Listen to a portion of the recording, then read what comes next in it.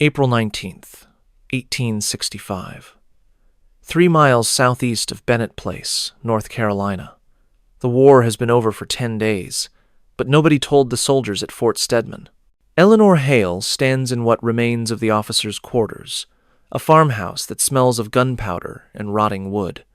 She is 27 years old. Her dress, once white silk saved for special occasions, is torn at the hem and stained with mud that might not be mud. Around her neck hangs a wooden placard on a leather cord. The words burned into the wood read, "Property of Company B, 2nd Division, Army of the Tennessee." 3 Union soldiers are removing bodies from the yard. They work in silence, their movements mechanical, practiced. They have done this before in other towns, other battlefields, other places where the war refused to end on schedule. One of them glances at Eleanor through the broken window. His face shows neither sympathy nor cruelty, just the blank expression of a man who has seen too much to be surprised by anything anymore. Eleanor does not move. She has learned that moving draws attention, and attention brings consequences she can no longer predict or control. Her hands rest at her sides, fingers curled into fists, so tight her nails have drawn blood from her palms. She does not notice the pain. Physical pain has become irrelevant compared to the other sensations that now define her existence. Fear tastes like copper. Shame feels like drowning in shallow water where you can see the surface but cannot reach it. Behind her, in the shadow of the staircase that leads to rooms she will never enter again, sits Captain Thomas Hale, her husband, Confederate States Army, 3rd Georgia Infantry. He is 32 years old. He has not spoken in 14 hours. His uniform jacket lies beside him, the brass buttons torn off by Union soldiers looking for souvenirs. His hands are bound with rope that has left deep impressions in his wrists. He stares at the floor where someone's blood has soaked into the wood grain, creating patterns that look almost decorative in the morning light filtering through gaps in the walls. This is not a love story. This is not a tale of Southern nobility or Northern righteousness. This is the story of what happened when the rules that governed warfare, such as they were, collided with the reality that women existed in spaces where men made all the decisions and wrote all the laws. What happened to Eleanor Hale in the 72 hours following the surrender of Fort Stedman was considered so disgraceful, so fundamentally at odds with how both armies wanted to remember themselves, that the official records were sealed, testimonies were suppressed, and witnesses were encouraged through various means to forget what they had seen. But some things cannot be forgotten.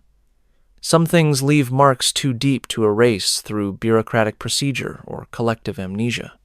Here is what they never taught you in history class about the final days of the American Civil War. You know about Lee's surrender at Appomattox Courthouse on April 9th. You know about Lincoln's assassination 5 days later at Ford's Theater. You know about the grand narratives of reunion and reconstruction, the speeches about binding up the nation's wounds, the stories of soldiers from both sides shaking hands and going home to rebuild their lives. But you have never heard about the women who were classified as enemy property when their husbands' armies fell. You have never learned about the bureaucratic mechanisms that allowed Union officers to requisition not just food and supplies, but human beings as rewards for troops who had suffered through 4 years of brutal combat. You have never discovered how Confederate laws that treated wives as property belonging to their husbands were turned against the Confederacy itself, weaponized into a form of retaliation that military authorities on both sides later agreed had gone too far, but which they were unable or unwilling to stop in the chaotic final months of war. Tonight you will learn why Eleanor Hale's testimony, given under oath to a military tribunal in June of 1865, remains sealed in the National Archives, with restrictions that prevent its release until 2075, 110 years after the events it describes. How the practice of treating enemy officers' wives as spoils of war was not isolated to Fort Stedman, but occurred at multiple locations across the collapsing Confederacy, creating a pattern that military historians have only recently begun to acknowledge. What the letters between Union generals reveal about their awareness of these practices and their failure to stop them despite explicit orders from the War Department. Why dozens of Southern women who survived similar treatment disappeared from historical records in the years immediately following the war, their names erased from family Bibles and census documents as though they had never existed. How the testimony of Sergeant Caleb Ward, a Pennsylvania volunteer who tried to intervene, was suppressed by his own commanders and lost to history until its rediscovery in 2008. If you want to understand how warfare destroys not just through violence, but through the systematic degradation of human dignity, and how that destruction gets hidden from historical memory when it becomes too uncomfortable to acknowledge, subscribe right now and comment below telling me where in the world you are watching from. Because these stories matter.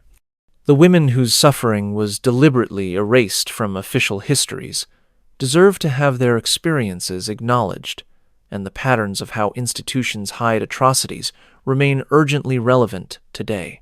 Let me take you back to the beginning, to before Fort Stedman fell, to when Eleanor Hale still believed that being the wife of an officer provided some protection, some dignity that could not be stripped away no matter how badly the war went. February 1865. Augusta, Georgia. The Hale residence on Green Street, a modest two-story house with white columns that are starting to show their age, paint peeling in long strips that reveal gray wood beneath. Eleanor Hale stands in the parlor arranging flowers she purchased at the market that morning. Camellias, because they are in season, and because they remind her of her wedding 6 years earlier when she was 21, and the war was just beginning and everything seemed possible.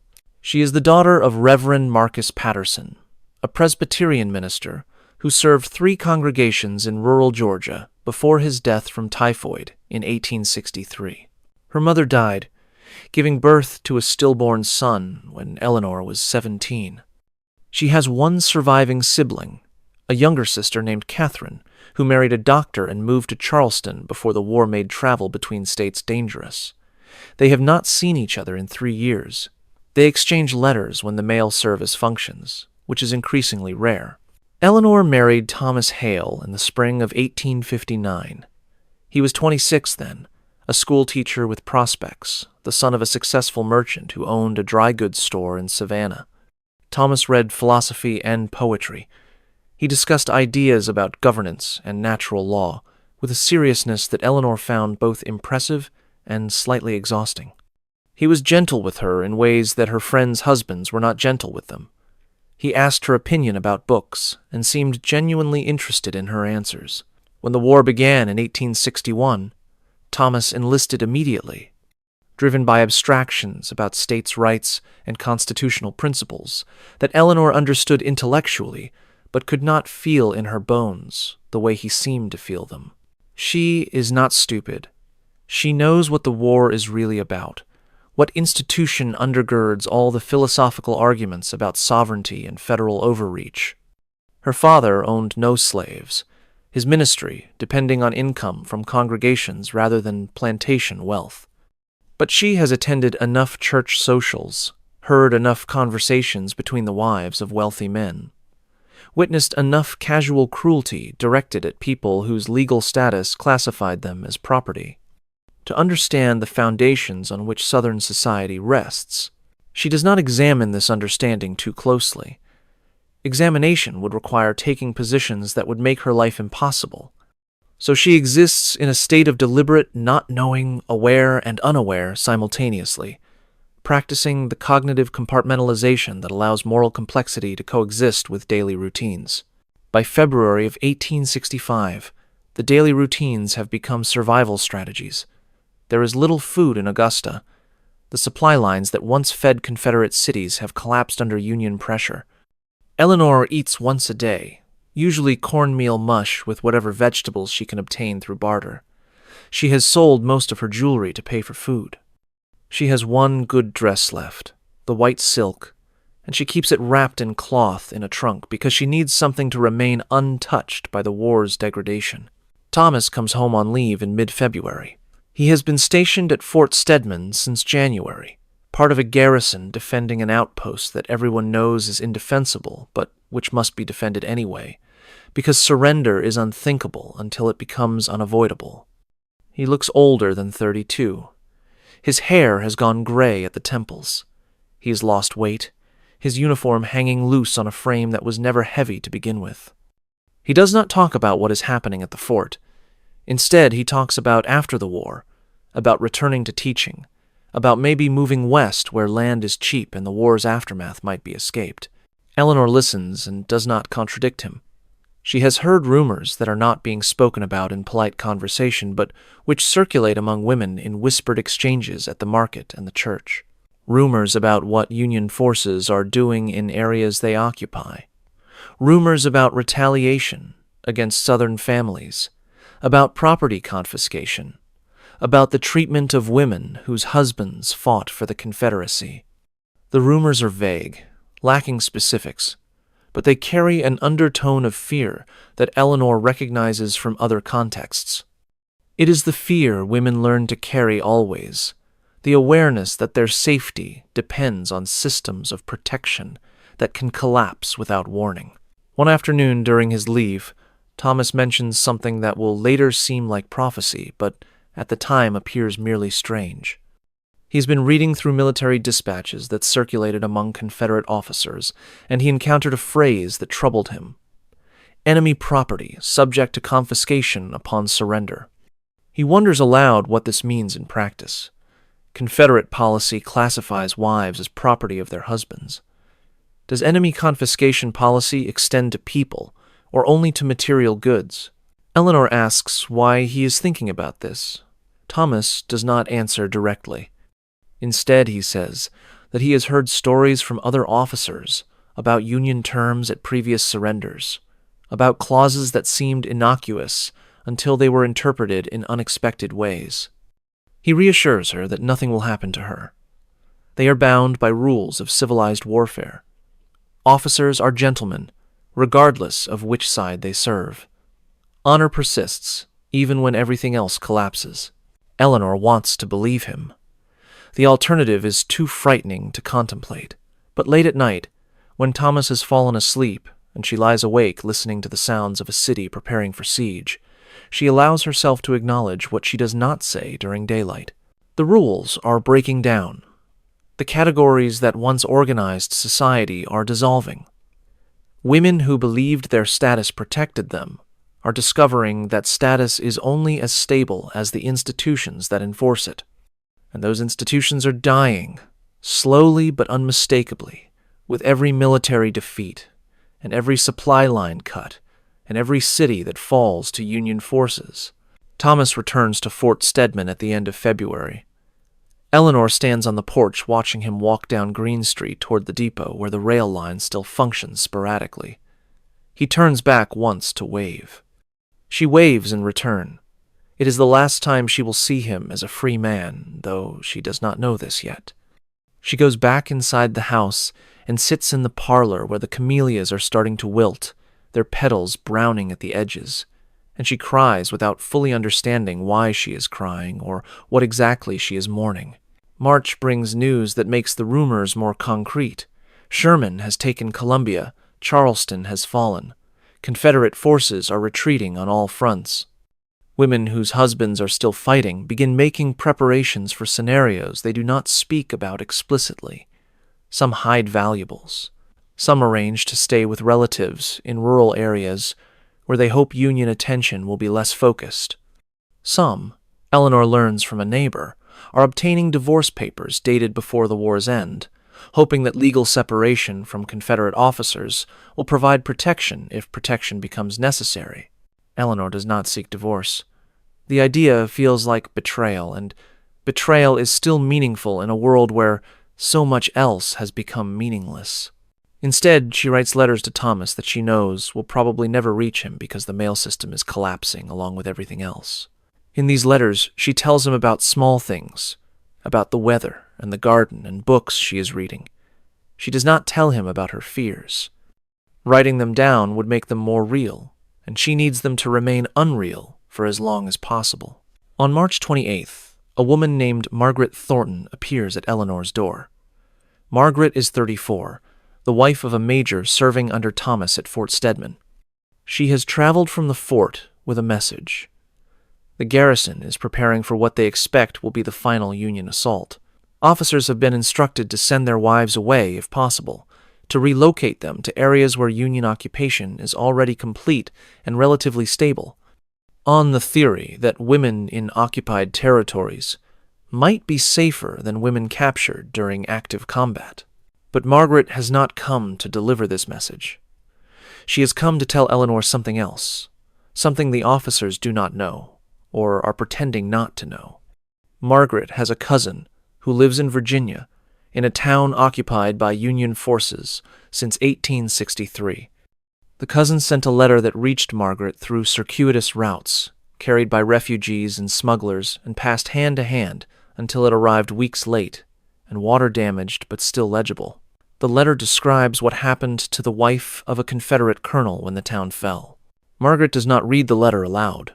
Instead, she summarizes in flat, emotionless sentences that somehow make the content more horrifying than dramatic recitation would.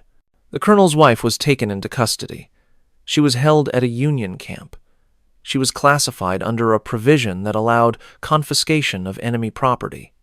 The specifics of what happened next are vague in the letter, obscured by language that suggests the cousin cannot bring herself to write explicitly.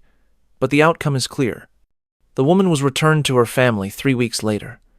She never spoke about what occurred during those 3 weeks. 6 months after her return, she killed herself by drinking laudanum.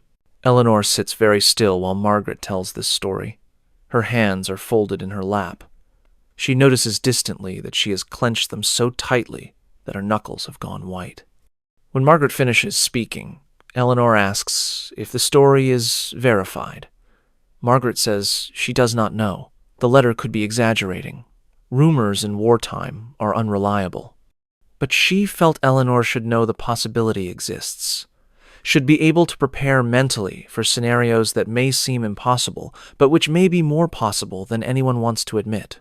After Margaret leaves, Eleanor sits alone in the parlor for hours. The light changes as afternoon becomes evening. She does not light lamps. She sits in gathering darkness and forces herself to think through options she would prefer not to consider. She could flee to relatives in Tennessee, but travel is dangerous, and her relatives may not welcome the wife of a Confederate officer at this stage of the war. She could remain in Augusta and hope that being in an already occupied city provides anonymity. She could try to reach Fort Stedman and stay with Thomas on the theory that being with him offers more protection than being separated from him.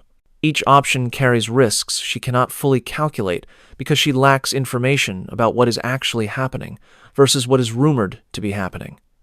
This is the paralysis that women in collapsing societies experience. Too much uncertainty to make rational decisions. Too much danger to do nothing. No good options. Only choices between different categories of risk. In the end, Eleanor decides to go to Fort Stedman. The decision is partly practical. She wants to be with Thomas if these are their final days together, and partly irrational, some stubborn insistence that staying visible is safer than disappearing. If she is seen, if her presence is acknowledged, perhaps that makes her harder to erase. This reasoning will later seem tragically naive, but in the moment it carries the weight of conviction born from desperation. She packs a single bag with essential items: the white silk dress, a Bible that belonged to her father, letters from her sister, a small daguerreotype of her and Thomas from their wedding.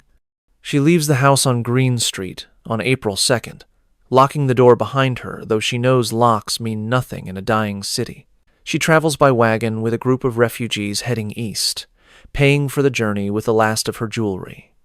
The trip takes 4 days through landscapes that look like paintings of hell, burned farms and abandoned towns, and roads crowded with people fleeing in all directions without clear destinations. She reaches Fort Stedman on April 6th. The fort is not a fort in any traditional sense, but rather a commandeered plantation house surrounded by earthworks and trenches that the soldiers have dug themselves. Thomas is shocked to see her. He argues that she should not have come, that she needs to leave immediately, that the Union assault could come at any time and she will be trapped here when it does. Eleanor refuses to leave. They argue in the officers' quarters, their voices rising until Thomas remembers that arguing accomplishes nothing, and that if she is determined to stay, his energy is better spent trying to protect her than trying to change her mind. For the next 12 days, Eleanor lives in a state of suspended catastrophe. She helps tend wounded soldiers, changing bandages, and distributing the meager medical supplies that remain. She listens to the sounds of artillery in the distance, growing closer each day. She watches the faces of the men in the garrison as they shift from determination to resignation, as they begin to understand that they are not defending a strategic position, but simply waiting for the inevitable. Thomas tries to shield her from the worst of the preparations. He does not tell her that Confederate command has abandoned them, that no reinforcements are coming, that surrender terms are being discussed through intermediaries. But Eleanor understands without being told. She sees it in the way officers move through the compound, in the conversations that stop when she approaches, in the increasing frequency of men deserting during the night. On April 17th, Thomas tells her something that later she will wish she had understood more fully. He says that if the fort falls, if he is taken prisoner, she must immediately identify herself as a civilian with no military role. She must request protective custody. She must insist on being treated according to the conventions that govern civilian non-combatants. Eleanor agrees, not understanding why he is being so specific, not recognizing that he has heard something that prompted this warning. That night she cannot sleep. She lies beside Thomas in the cramped room they share, listening to his breathing, trying to memorize the sound because some part of her knows she may need to remember it later. Through the window, she can see campfires in the distance where Union forces have established positions. The fires look almost festive, like celebration rather than preparation for violence. She wonders if the men around those fires are thinking about the assault to come, or if they are just thinking about being warm and fed and ready for the war to be over. At some point near dawn, she falls asleep. When she wakes 3 hours later, everything has changed. She hears shouting, gunfire, the distinctive sound of artillery being fired from close range. Thomas is gone from the bed. She runs to the window and sees Union soldiers pouring through breaches in the earthworks, sees Confederate soldiers throwing down weapons and raising hands, sees the choreography of surrender playing out in a scene that has been repeated across the South for months now, but which she is witnessing for the first time. She does not move from the window. She watches because not watching seems like a form of abandonment, like looking away would compound the betrayal that surrender represents for the men who believed they were fighting for principles that could not be compromised. The fighting lasts approximately 40 minutes, then silence. Then voices calling for officers to assemble in the compound for formal surrender procedures. Eleanor descends the stairs slowly, placing each foot carefully as though the act of walking requires conscious attention. The house is empty. All the soldiers have gone outside. She stands in the doorway looking at the scene before her. Union troops have formed lines.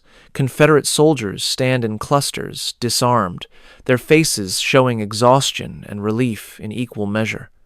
Officers are being separated from enlisted men. She sees Thomas standing with other Confederate officers, his hands already bound, his face expressionless.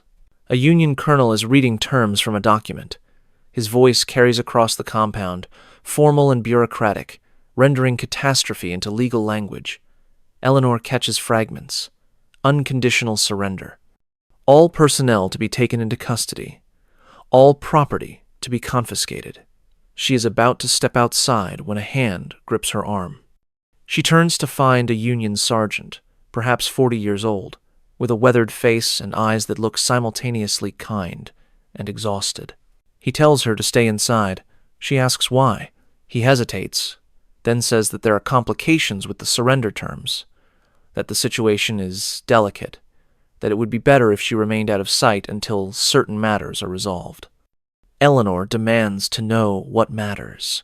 The sergeant looks at her with what might be pity, then says that wives of enemy officers are being classified under property seizure provisions, that this is not his decision but comes from higher command, that he personally thinks it is wrong, but that his personal opinions do not matter in the military structure that governs his actions. Eleanor does not immediately understand. The words make sense individually, but not in combination. She asks him to clarify. He does, speaking in low tones that force her to lean close to hear. Confederate law, he explains, classifies wives as property of their husbands. Union confiscation policy allows seizure of enemy property. Some Union commanders have interpreted this to include wives, based on legal precedent from the Confederacy's own statutes. The practice is controversial, opposed by many officers, but it is happening in multiple locations, and Fort Stedman is one of them. Eleanor feels the floor tilt beneath her feet. She grabs the door frame for support. She hears herself asking questions. What does seizure mean? Where would she be taken? For how long? The sergeant does not have answers, or does not want to provide them. He repeats that she should stay inside, that he will try to intervene if possible, that she should not make herself visible until he can determine what exactly is happening. But it is too late for hiding. A lieutenant appears in the doorway, sees Eleanor, and calls for the colonel.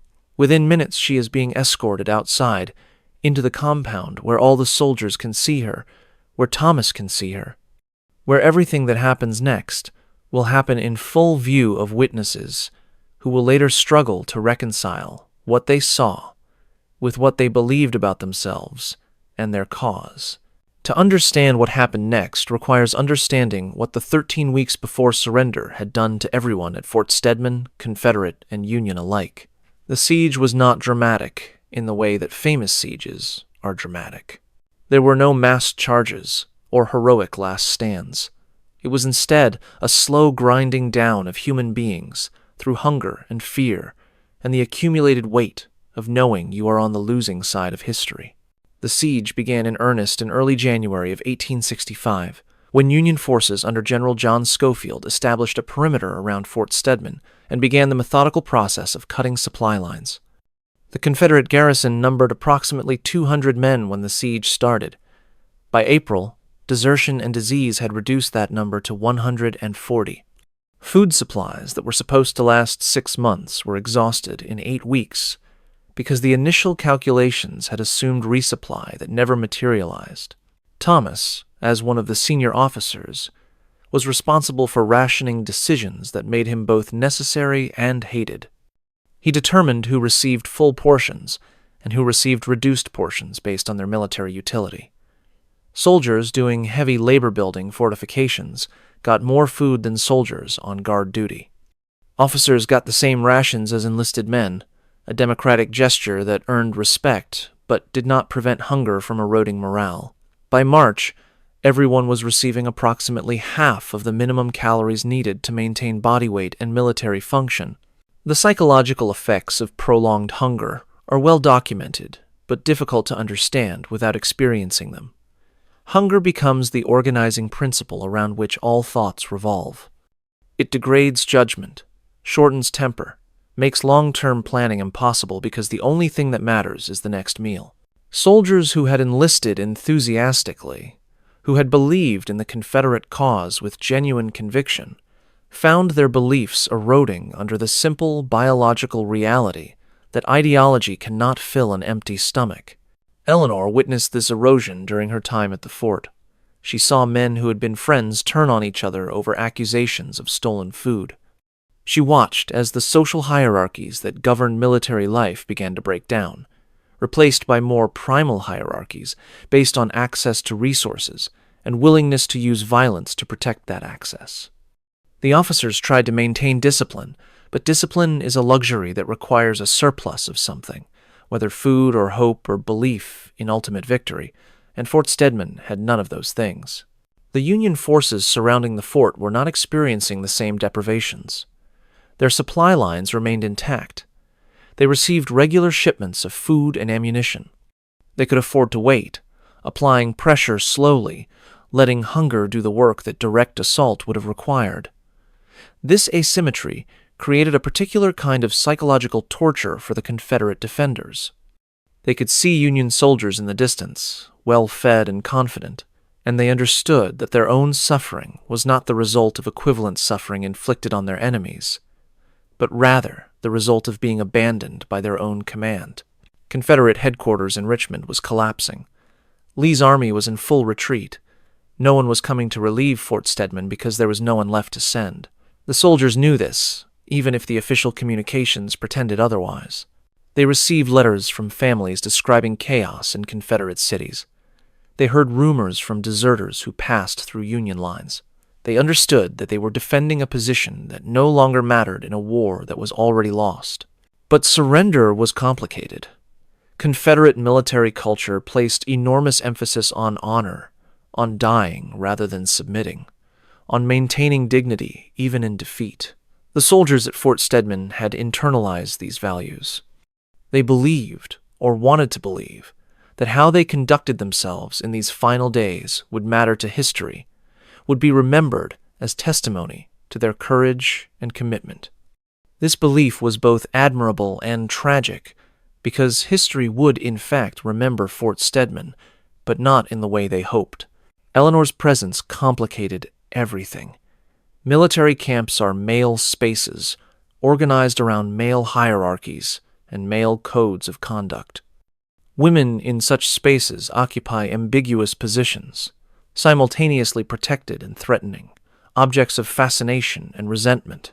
The soldiers treated Eleanor with elaborate courtesy that barely concealed the fact that they did not know what to do with her.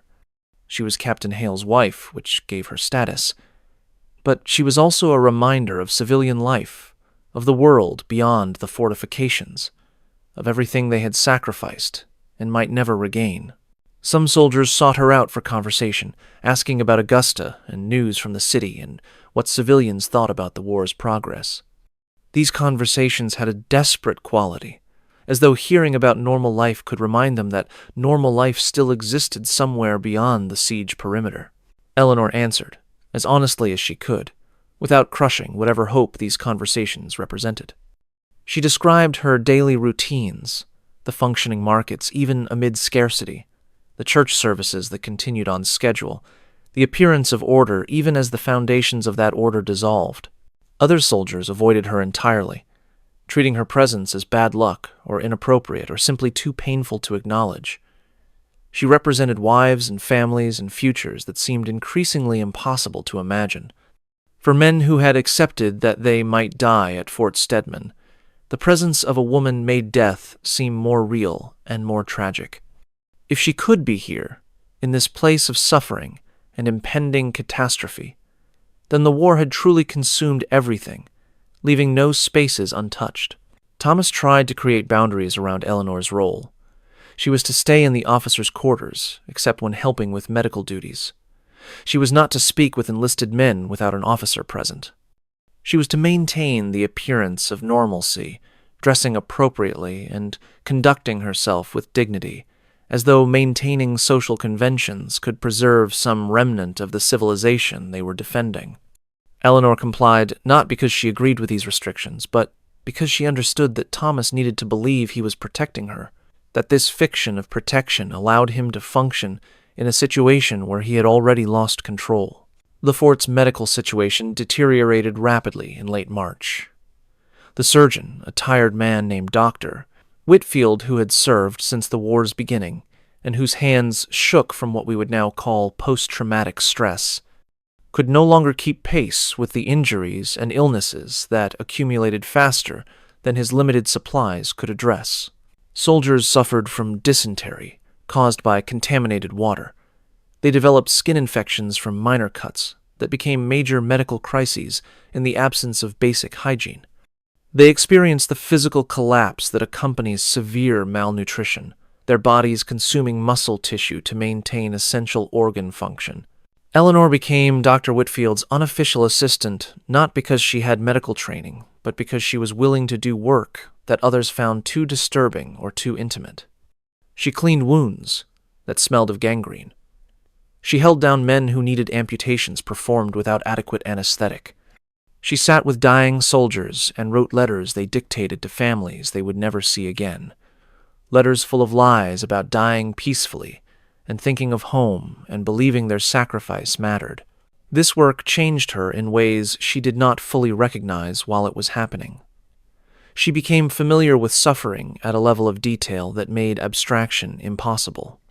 She learned that dying is rarely peaceful or dignified, that bodies in extremis lose all the characteristics we associate with personhood, that the distance between a living human and a corpse is smaller than anyone wants to acknowledge. She also learned that people are capable of enduring far more than seems possible, that the will to survive persists even when survival seems worse than death, that humans are both more fragile and more resilient than the narratives of heroism suggest. By mid-April, everyone at Fort Stedman understood that surrender was imminent. The only questions were when and under what terms. Union forces had tightened the siege to the point where no one could enter or leave the compound. The last supply wagon had been captured 3 weeks earlier. Ammunition was nearly exhausted. Even if the garrison had wanted to mount a defense, they lacked the physical capacity to do so. Thomas spent the final week in negotiations with Union commanders, trying to secure terms that would provide some protection for his men. These negotiations were conducted through written messages carried by flag bearers between the lines. The messages were formal, phrased in military language that obscured the human stakes behind strategic terminology. Thomas requested that his soldiers be treated as prisoners of war entitled to Geneva Convention protections. Union commanders responded that only combatants from recognized legitimate governments qualified for such protections, and that the Confederacy's legitimacy was precisely what the war had contested. The legal philosophy underlying these exchanges was abstract in formulation, but concrete in implication. If Confederate soldiers were not legitimate combatants, but rather traitors and rebels, then they had no rights under international law governing warfare. They could be tried for treason. They could be executed. Their property could be confiscated without the constraints that normally applied to military seizures. This threat was not idle. Union forces had executed Confederate soldiers in previous captures. The precedent existed. Thomas understood the stakes.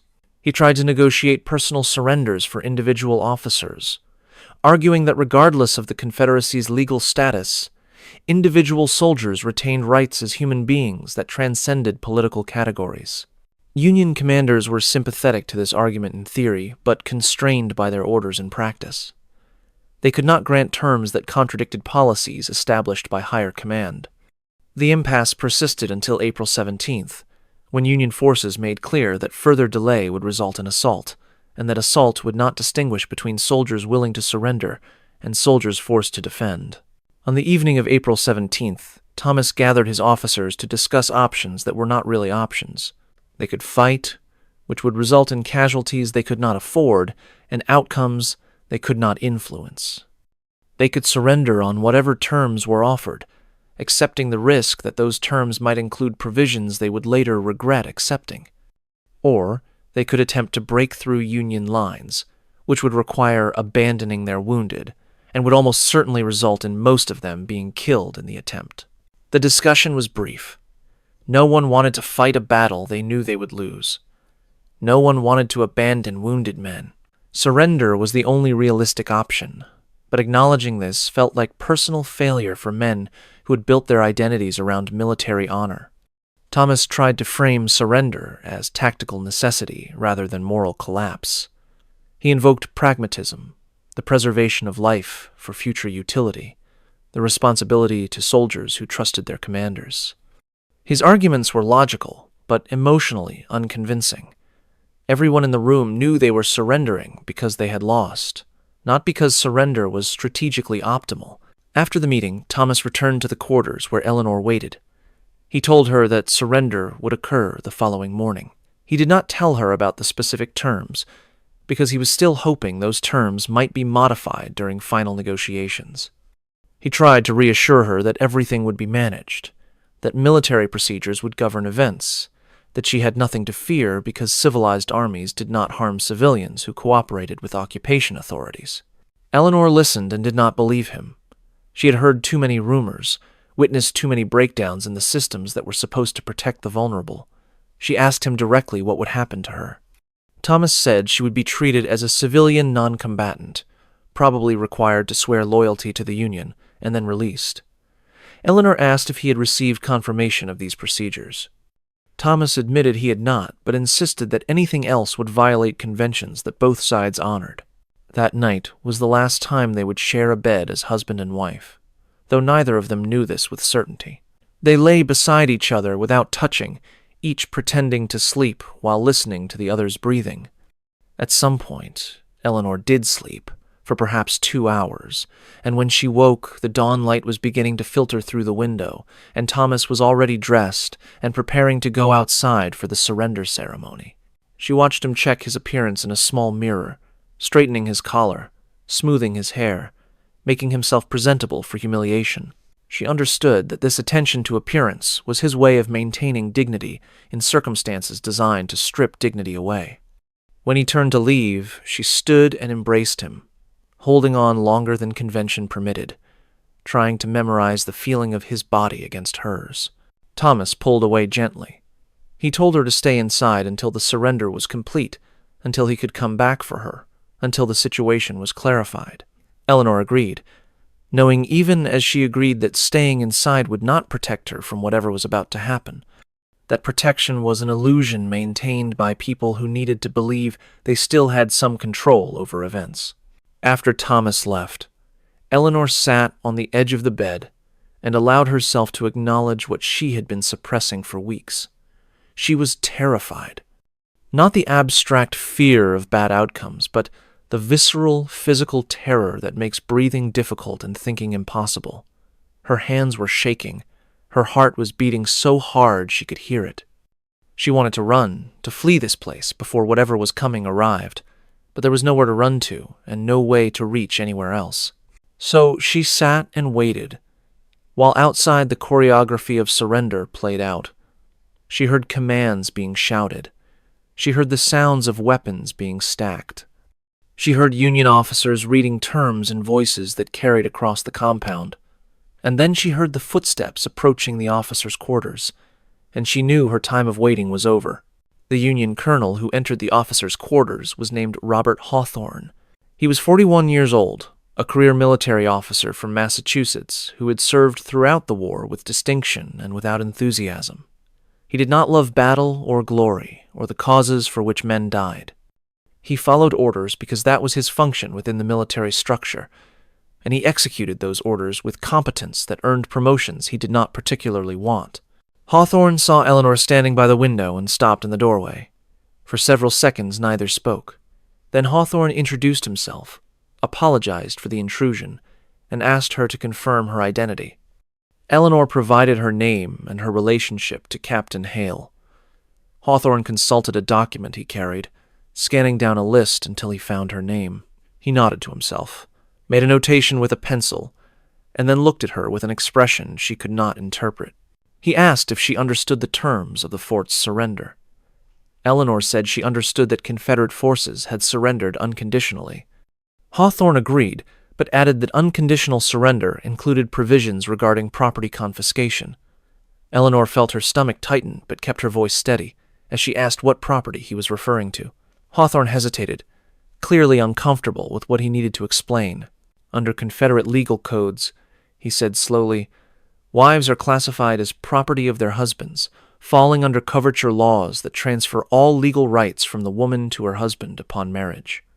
Union forces are authorized to confiscate enemy property. The question that has arisen at multiple surrender sites is whether human beings classified as property under enemy law are subject to confiscation under Union policy. Eleanor felt the room tilting. She gripped the back of a chair to steady herself. She heard herself asking if he was saying she was being confiscated. Hawthorne would not meet her eyes as he answered. The legal interpretation, he explained, came from the Judge Advocate General's office in Washington.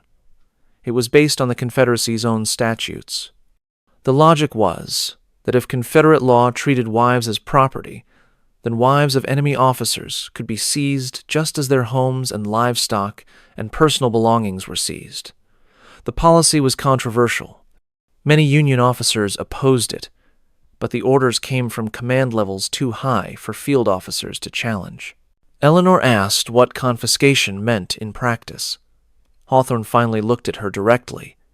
She would be taken into Union custody. She would be held at a military camp.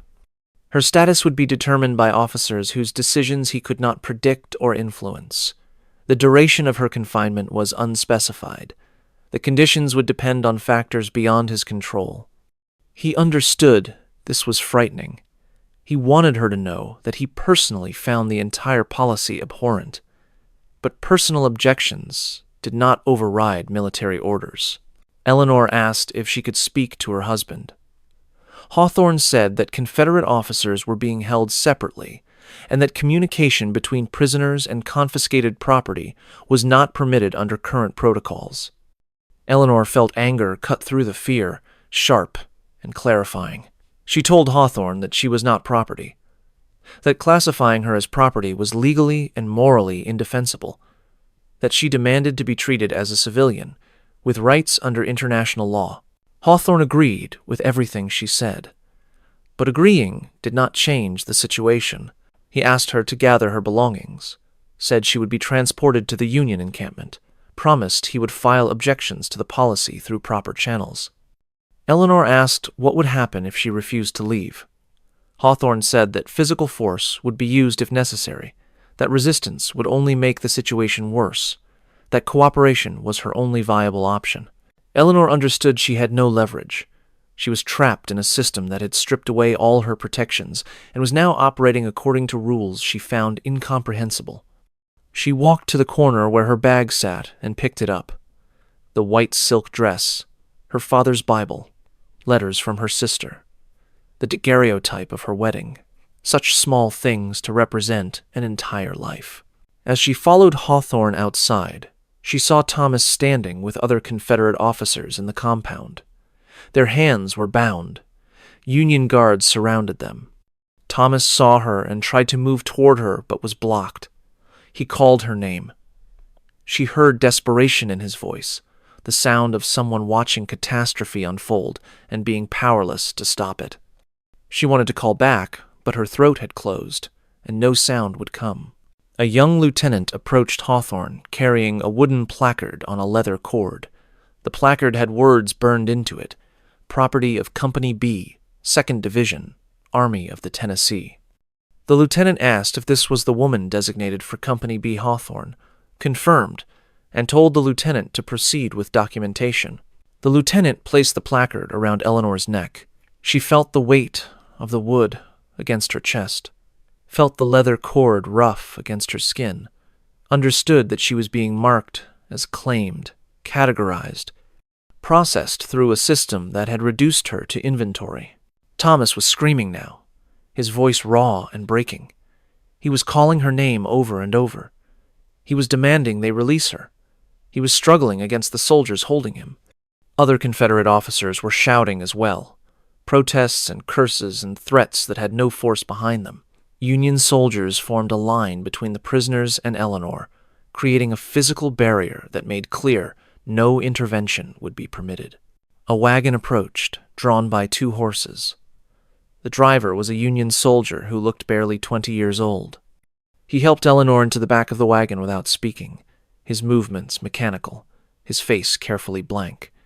She sat on rough wooden planks that smelled of mildew and old blood. The wagon began to move. She looked back at the compound, at Thomas still struggling against his restraints, at the other Confederate soldiers watching in stunned silence, at the scene of surrender that had become something else entirely. The journey to the Union encampment took approximately 40 minutes. Eleanor sat in the wagon and tried to think through what was happening and what she could do about it. Every option she considered led to dead ends. She had no money. She knew no one in this region. She had no legal recourse because the system confiscating her was the same system she would need to appeal to. She was trapped so completely that even imagining escape felt futile. The Union encampment was larger than she expected, probably housing 500 soldiers. Tents stretched in neat rows. Campfires burned despite the morning hour.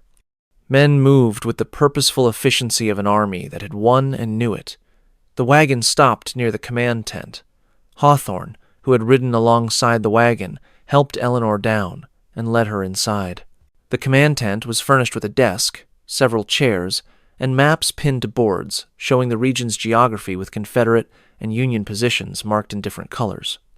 Behind the desk sat a general, whose name Eleanor would later learn was William Carrington, age 53, a West Point graduate who had served in Mexico before the current war, and who carried himself with the rigid formality of a man for whom military procedure was religion.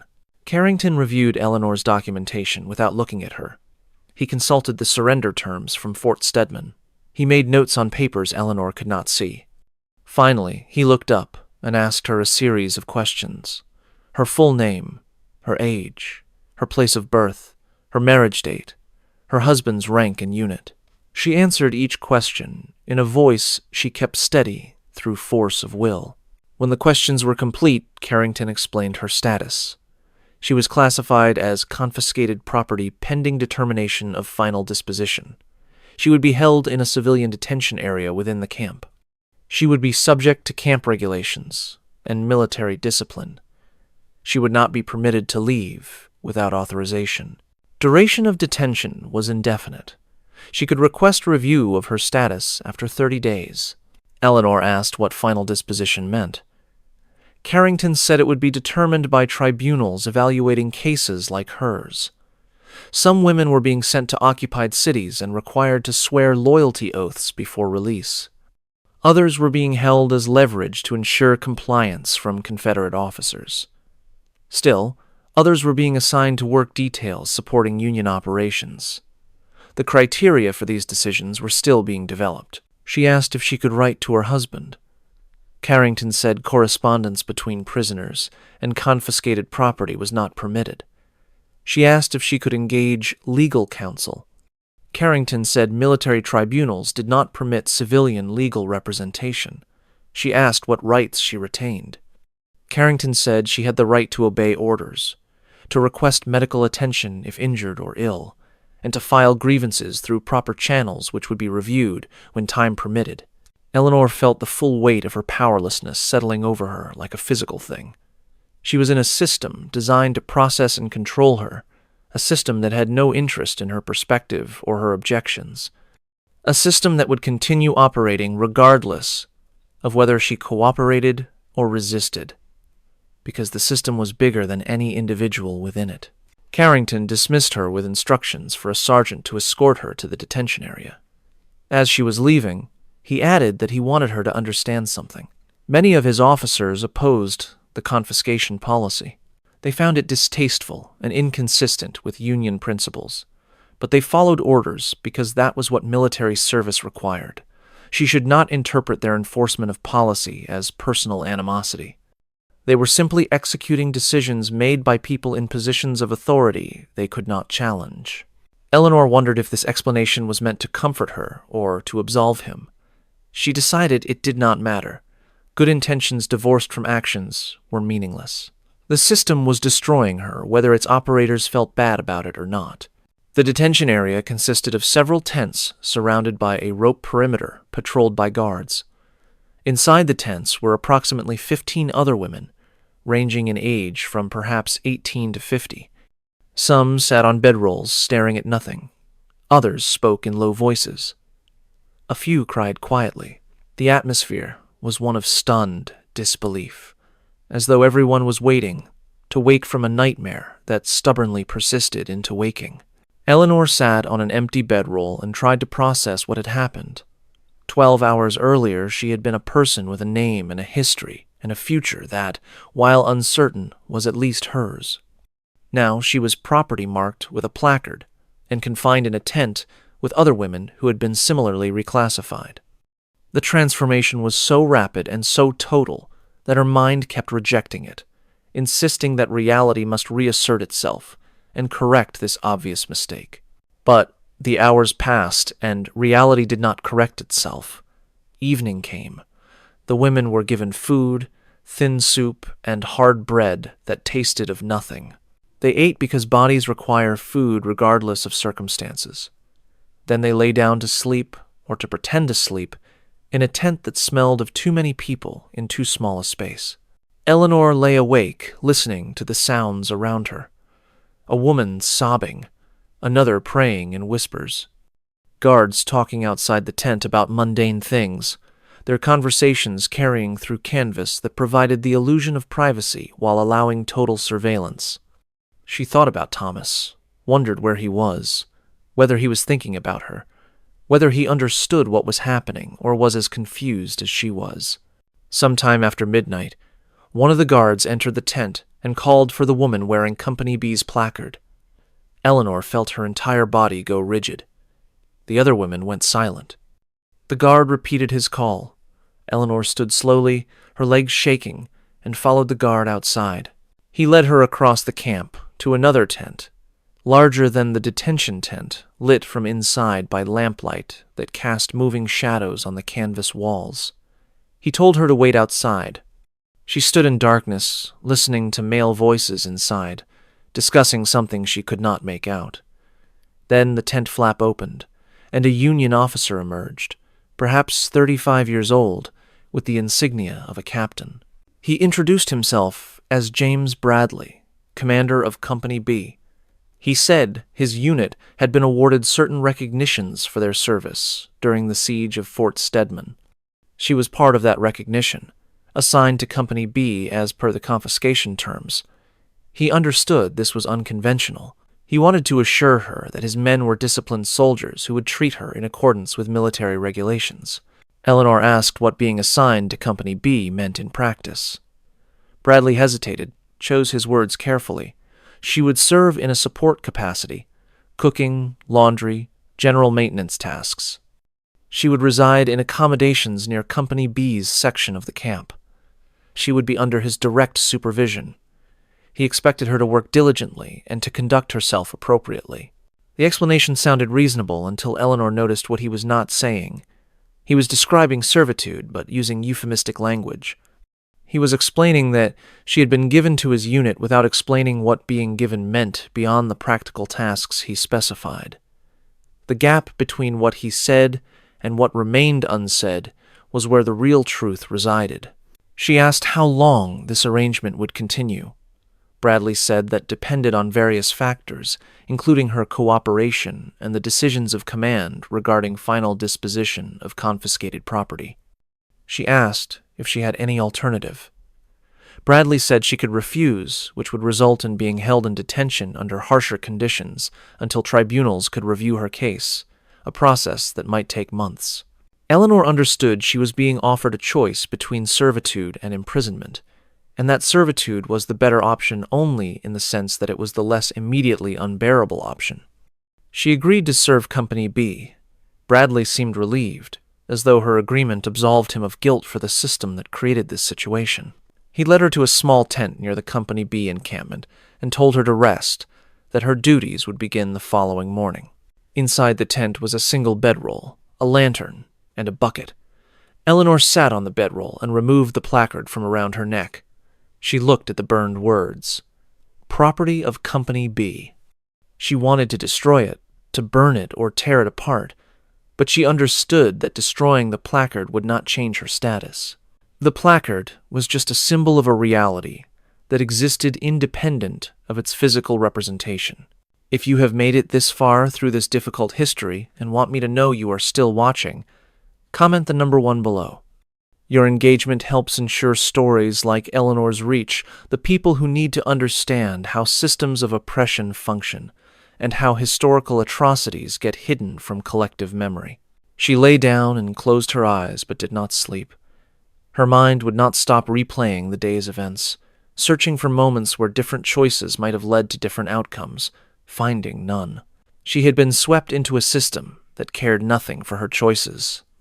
The appearance of choice, the questions she was asked, the explanations she received, all of it was theater disguising the fact that her fate had been determined by forces beyond her control or influence. Tomorrow, she would begin serving Company B. She would cook their meals and wash their clothing and perform whatever other tasks they assigned. She would do this because the alternative was worse. And somewhere in a different part of this camp, Thomas was probably experiencing his own version of this nightmare, trapped in a system that had broken both of them in different ways, that would make reunion impossible even if reunion somehow occurred. The concept of rewarding troops for their service was not new to warfare. Throughout history, armies have used promises of plunder, land grants, or other benefits to motivate soldiers through brutal campaigns.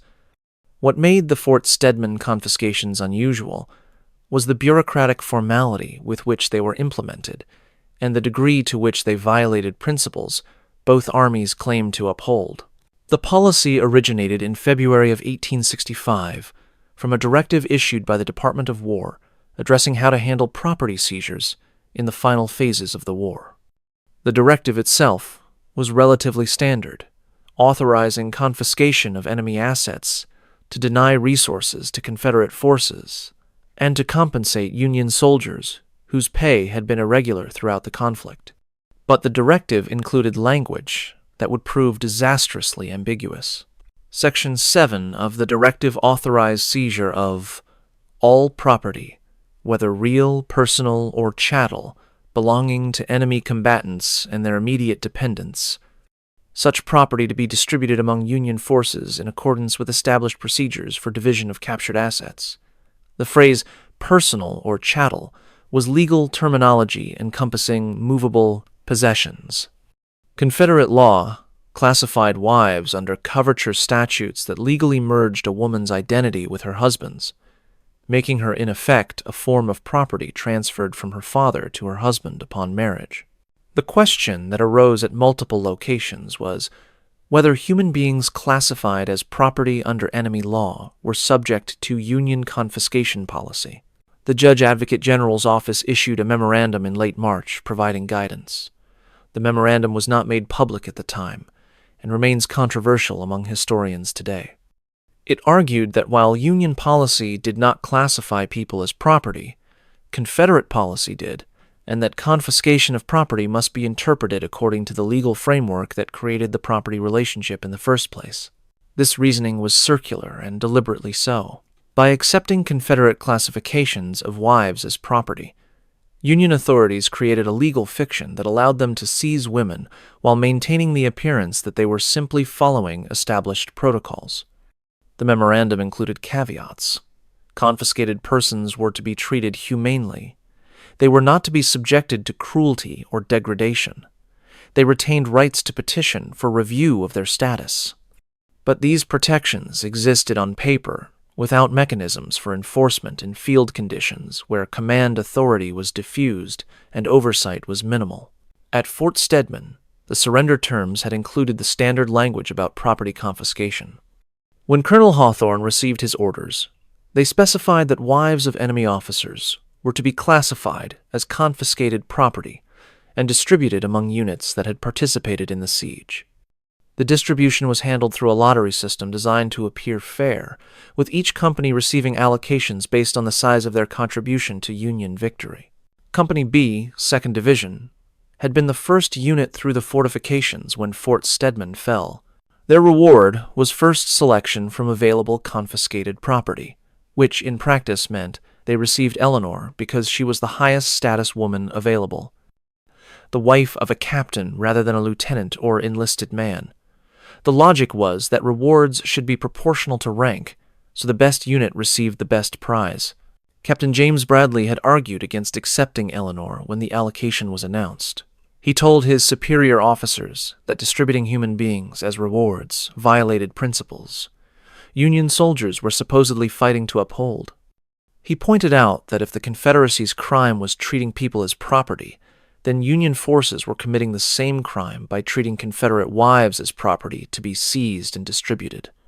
His objections were noted and dismissed. Orders were orders.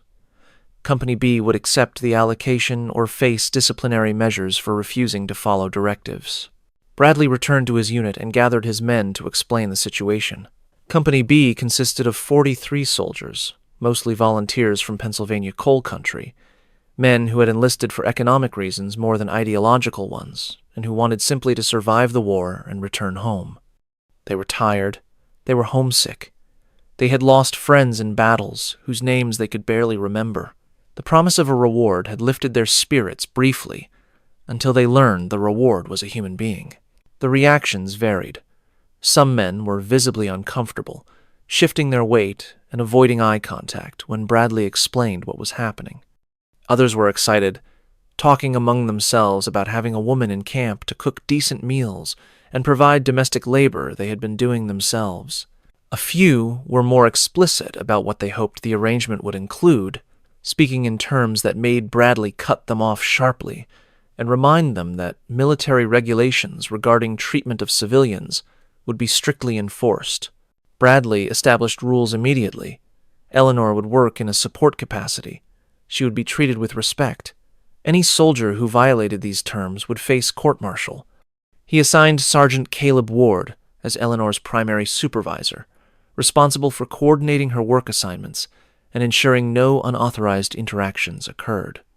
Ward was 38 years old, a coal miner before the war, steady and quiet, the kind of man other soldiers trusted because he never promised more than he could deliver. Ward did not want the assignment. He had a wife and 3 daughters back in Pennsylvania. The idea of supervising another man's wife in circumstances that reduced her to a servant made him physically sick. But he accepted the duty because someone had to do it, and he believed he could at least ensure that Eleanor was not mistreated beyond the mistreatment inherent in the situation itself. Eleanor's first morning with Company B began before dawn. Ward knocked on her tent and told her to follow him to the company's cooking area. He showed her the supplies available, explained the schedule for meals, demonstrated how to use the camp stoves. He was efficient and impersonal, providing information without commentary. Eleanor listened and memorized procedures, understanding that competence was her best strategy for maintaining whatever dignity remained available to her. She cooked breakfast for 43 men. Cornmeal mush, salt pork, coffee so weak it barely colored the water. The men lined up with their tin plates and cups. Most accepted their portions without looking at her directly. Some thanked her politely. A few stared in ways that made her skin crawl. She focused on the mechanical tasks, scooping food, pouring coffee, moving down the line without engaging beyond what was necessary. After breakfast came laundry. Ward showed her to a stream where washing was done. Piles of uniforms waited, stained with mud and sweat, and substances she did not want to identify. She spent hours scrubbing fabric against rocks, her hands raw from cold water and harsh soap. Other women from the camp worked nearby, all of them in similar situations, all of them moving through their tasks with the same exhausted determination. One woman, older than Eleanor by perhaps 10 years, introduced herself as Catherine Morris.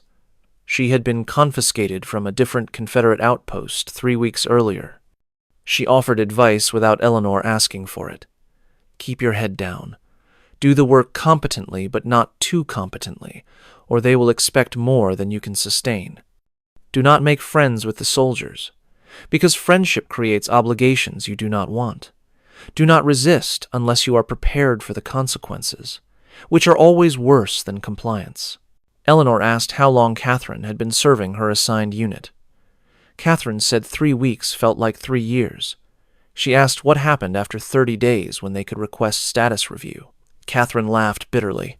The review process was a fiction. She had requested review and been told her case was pending and that pending could mean months. The real strategy was to survive until the army disbanded, which would happen eventually because the war was over and soldiers would go home, and then maybe women like them would be released or forgotten or absorbed into whatever systems emerged in the war's aftermath. The conversation depressed Eleanor more than comforted her, but it provided information about what to expect. She returned to Company B's camp and began the next task on her list, mending uniforms that had torn seams or missing buttons. She sat outside her tent, working through the pile of repairs, while soldiers moved around her conducting drills and maintaining equipment and performing the hundreds of small tasks that keep a military unit functioning. In the afternoon, a young private approached and asked if she could read. Eleanor said she could. The private handed her a letter he had received from home and asked her to read it to him because he had never learned to read himself. Eleanor took the letter and read aloud about the private's family in rural Pennsylvania, about his mother's health improving, about crops being planted, about a new baby in the family. The private listened with his eyes closed, and when Eleanor finished, he thanked her and walked away quickly, and she realized he had been crying. This interaction complicated her understanding of the soldiers. They were simultaneously her captors and people trapped in the same military system that had stripped away her autonomy. They had not chosen to be rewarded with a human being. Most of them were uncomfortable with the arrangement. They were just following orders in a structure that punished disobedience and rewarded compliance regardless of the moral implications of what compliance required. That night, Bradley called Eleanor to his tent to discuss her performance. He said she had done well, that the men appreciated having proper meals and maintained clothing, that he saw no reason why the arrangement could not continue productively. He asked if she had any complaints about her treatment. Eleanor said she had been treated correctly, which was true in the narrow sense that no one had physically harmed her or violated the boundaries Bradley had established. Bradley seemed relieved. He told her to continue as she had begun, said he would ensure her needs were met, dismissed her with the same efficient impersonality Ward had shown earlier. Eleanor walked back to her tent, understanding that the banality of her servitude was somehow worse than dramatic cruelty would have been. The system was processing her with bureaucratic efficiency, reducing catastrophe to routine, normalizing her dehumanization through paperwork and procedures and polite exchanges that pretended this was all reasonable. 3 days into her service with Company B, another woman appeared at the camp. She was younger than Eleanor, perhaps 23, marked with a placard identifying her as property of Company D. The young woman looked terrified, her face pale, her hands shaking as she was led to the detention area. Eleanor learned later that Company D had fewer scruples than Company B about what being assigned a woman meant, and that the young woman had experienced in her first night what Eleanor had so far been spared. Eleanor felt guilt that her situation was better than others, as though suffering should be equitably distributed and her relative protection came at someone else's expense. She also felt growing rage that had nowhere to focus. She was angry at the Union for creating this system. She was angry at the Confederacy for the laws that enabled it. She was angry at Thomas for bringing her to Fort Stedman. She was angry at herself for decisions she could not have known would lead here. The anger had no outlet, because expressing it would change nothing, so it accumulated inside her like pressure building toward explosion. On the 5th night, Sergeant Ward knocked on her tent later than usual. He looked uncomfortable, shifting his weight, avoiding direct eye contact. He said he needed to tell her something that might be difficult to hear. Bradley had received orders that Company B would be marching south in 2 days to join Sherman's forces in the final operations of the war. Eleanor would be traveling with them because confiscated property was not to be left behind without proper transfer documentation, and there was no time to process such transfers. Eleanor asked what traveling with the company meant. Ward explained that she would ride in a supply wagon. She would continue her duties during the march. When they reached their destination, her status would be reviewed by whatever command structure existed at that location. Ward added, speaking carefully, that marches were less structured than established camps, that discipline sometimes broke down during movement, that she should remain close to the wagon, and avoid being alone with soldiers she did not know. His warning was clear enough. The protections Bradley had established were fragile and might not survive the chaos of travel. Eleanor thanked Ward for the information, her voice steady despite the fear flooding through her. After he left, she sat in her tent and tried to think through options. She could attempt escape during the march, but where would she go and how would she survive with no money or resources? She could refuse to travel, but refusal would likely result in being detained under conditions worse than her current situation. She could try to get a message to Thomas, but even if a message reached him, what could he do from his own captivity? Every path led to the same conclusion. She was trapped. The march south would happen whether she wanted it to or not. Her best strategy was the same strategy that had worked so far. Comply, survive, hope that somehow the situation would improve or at least not worsen. It was not a good strategy. It was simply the only strategy available to someone with no power in a system designed to eliminate all alternatives to obedience. The Union column departed on April 24th at dawn. 180 soldiers from companies B, D, and F, along with support personnel, supply wagons, and confiscated property consisting of 3 women, including Eleanor. The destination was Columbia, South Carolina, where Sherman's forces were establishing headquarters for Reconstruction operations. The journey would take approximately 10 days through territories that were nominally pacified but actually chaotic, inhabited by displaced civilians, deserters from both armies, and opportunists using the war's collapse as cover for banditry. Eleanor rode in the supply wagon, as Ward had indicated, seated on bags of grain that shifted beneath her with every jolt and rattle. The woman from Company D rode in a different wagon. A third woman, older and silent, traveled with Company F. The 3 of them could see each other across the distance, separating the wagons, but had no opportunity to speak.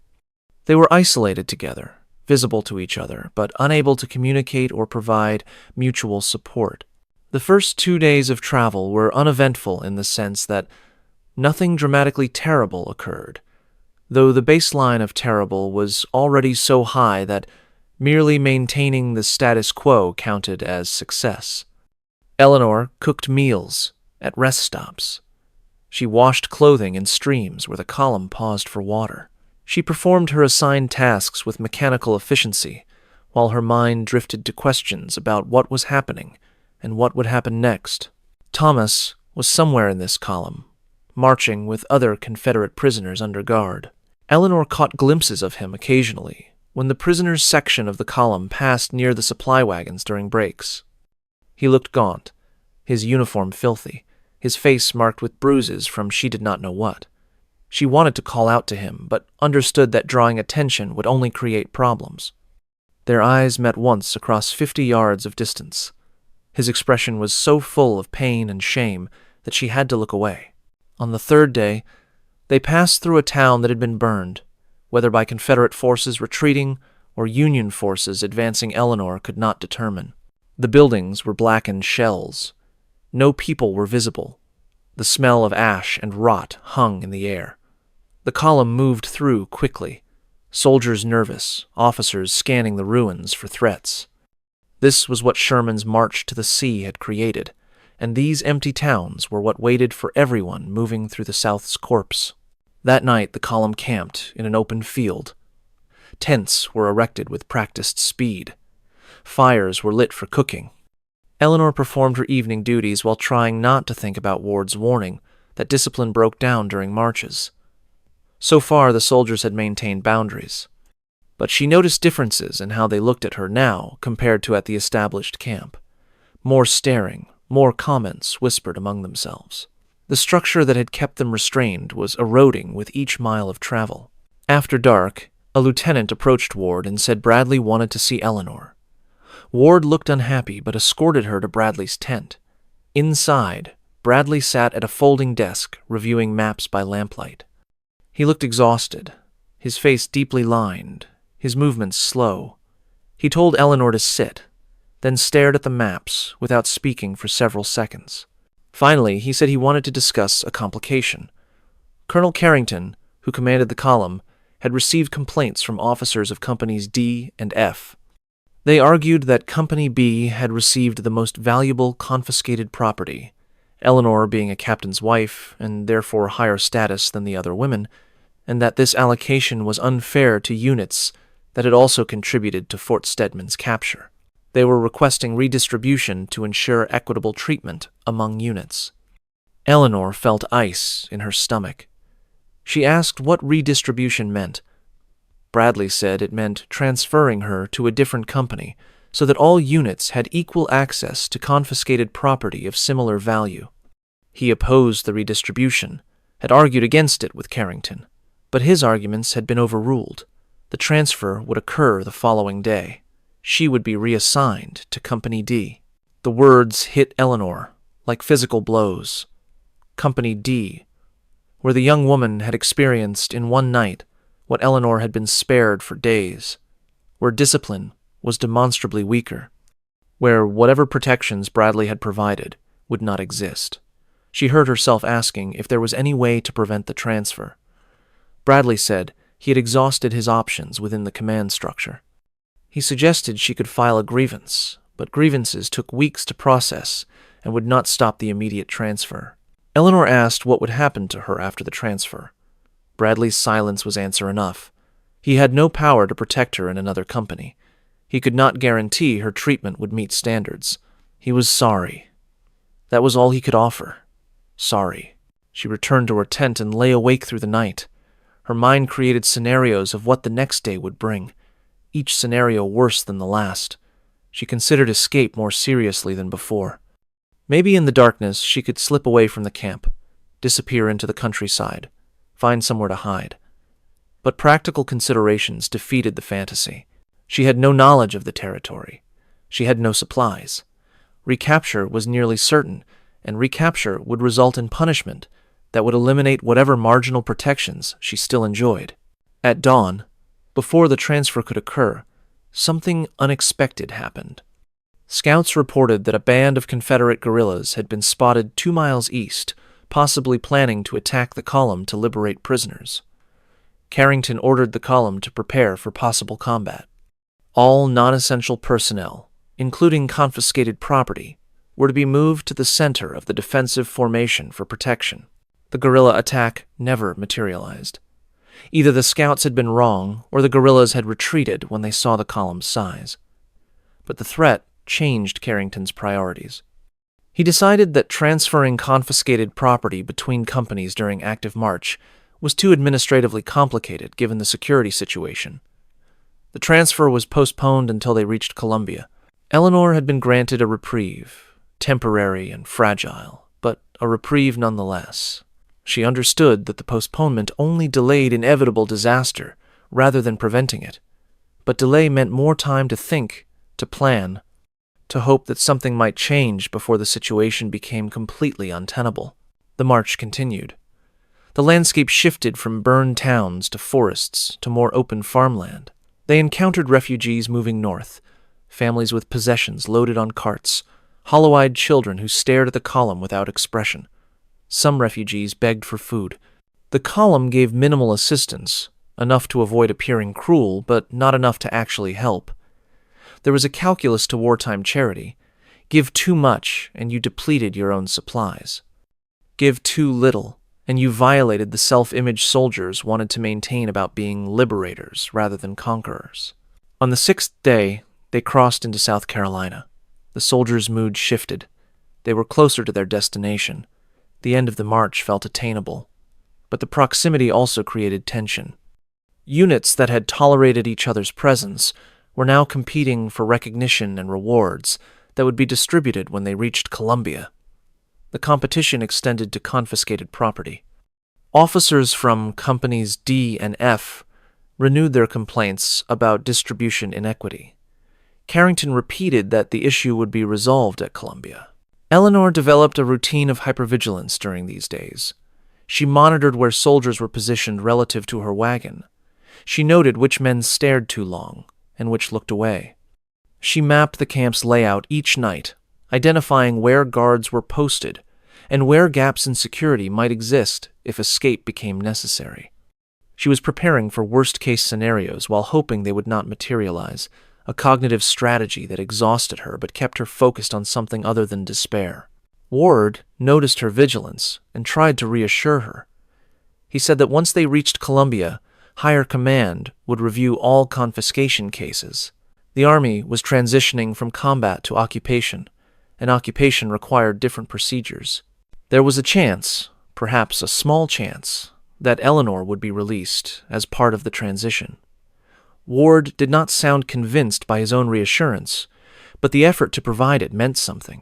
On the 8th night, the woman from Company D appeared near Eleanor's wagon while the soldiers were eating. She looked worse than before, her movements stiff, her eyes unfocused. She asked Eleanor for advice about how to survive what she was surviving. Eleanor had no advice that would help. She said the only strategy was to endure, to separate mentally from what was happening physically, to hold on to some core sense of self that the situation could not reach. The advice felt hollow even as she spoke it. The young woman said that separation was no longer possible, that she had tried and failed, that eventually the violations reached everywhere and left nowhere to hide. She asked Eleanor if she believed in God. Eleanor said she had before the war, but was less certain now. The young woman said she still prayed, but the prayers felt like they were hitting a ceiling and falling back down, without reaching anywhere beyond her own desperation. They sat together in silence for several minutes. Then a soldier from Company D approached and told the young woman to return to her assigned area. She stood slowly, painfully, and walked away without looking back.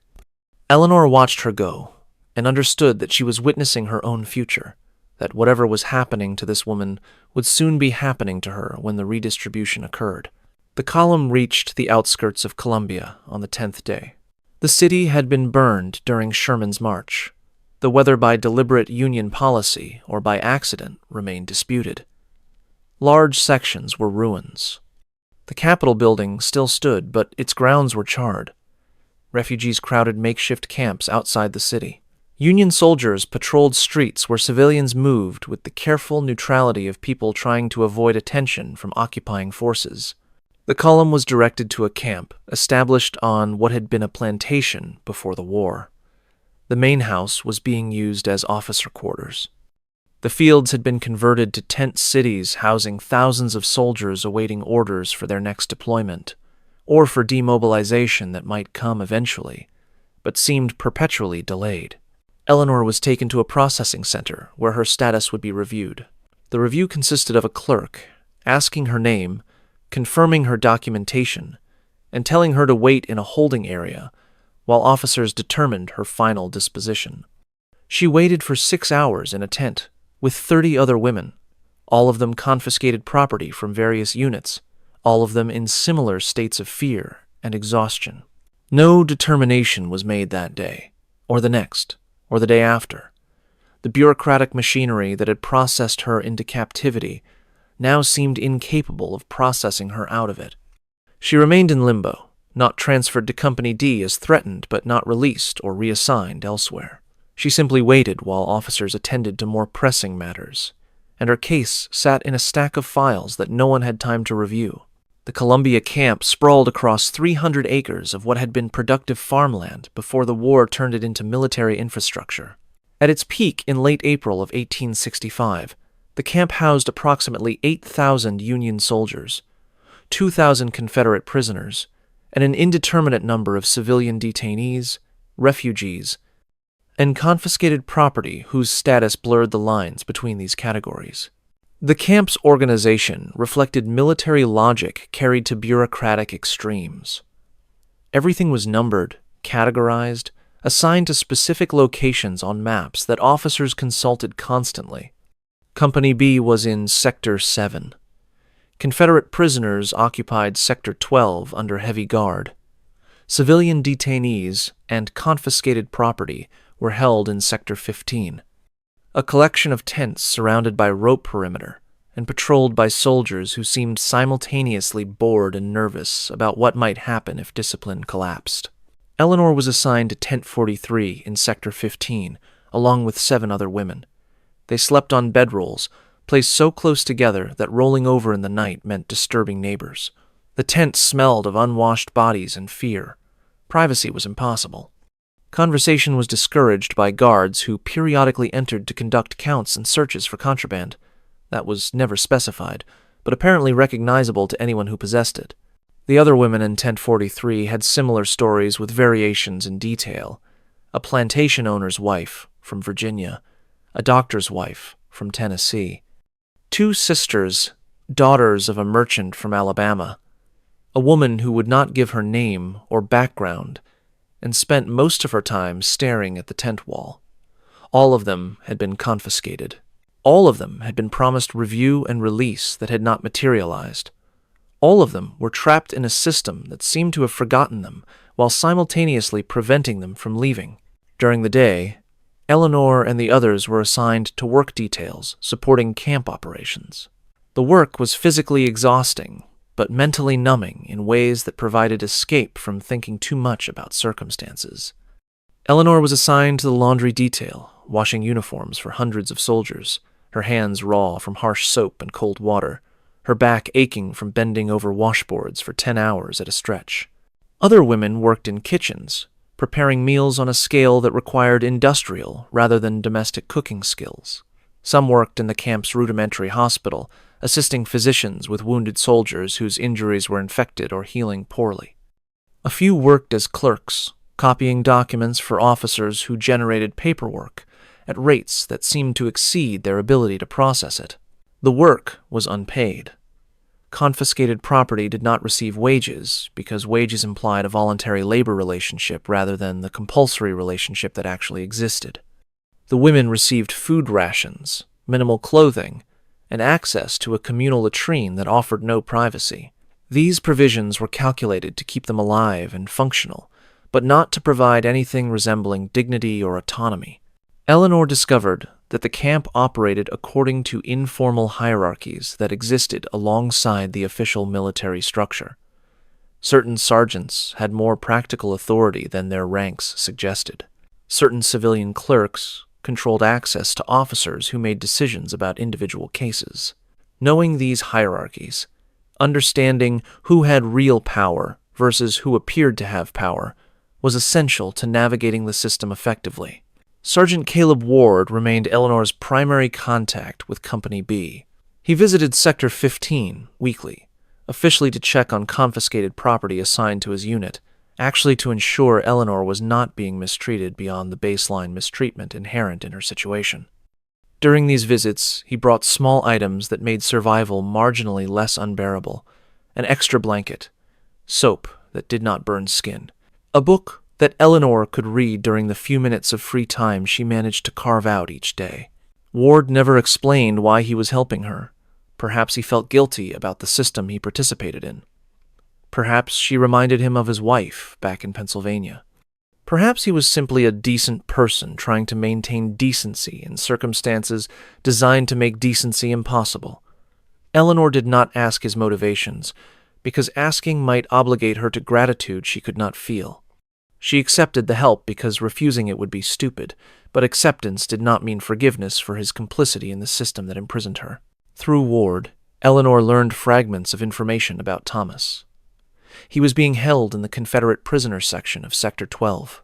He was not being mistreated beyond the baseline mistreatment of inadequate food and overcrowded conditions. He had requested permission to communicate with Eleanor and been denied because regulations prohibited contact between prisoners and confiscated property. Ward had seen him once and reported that he looked physically intact, but psychologically damaged in ways Ward could not articulate. This information provided small comfort. Thomas was alive. He was thinking about her. But knowing this changed nothing about Eleanor's situation. She could not reach him. He could not help her. They were both trapped in adjacent sections of the same nightmare, close enough to matter but too far apart to provide mutual support. In her third week at the Columbia camp, Eleanor was summoned to the administration building for status review. She walked between two guards through sectors she had not previously entered, past officers' tents where she glimpsed decent furniture and proper food, past the camp hospital where wounded soldiers cried out in pain that no one seemed to be addressing. The administration building had been a plantation house before the war, its columns and balconies now draped with Union flags and posted with sentries. Inside, Eleanor was brought to an office where a military tribunal consisting of 3 officers sat behind a long table covered with documents. The senior officer, a colonel whose name she never learned, read from a file while the other 2 officers listened without expression.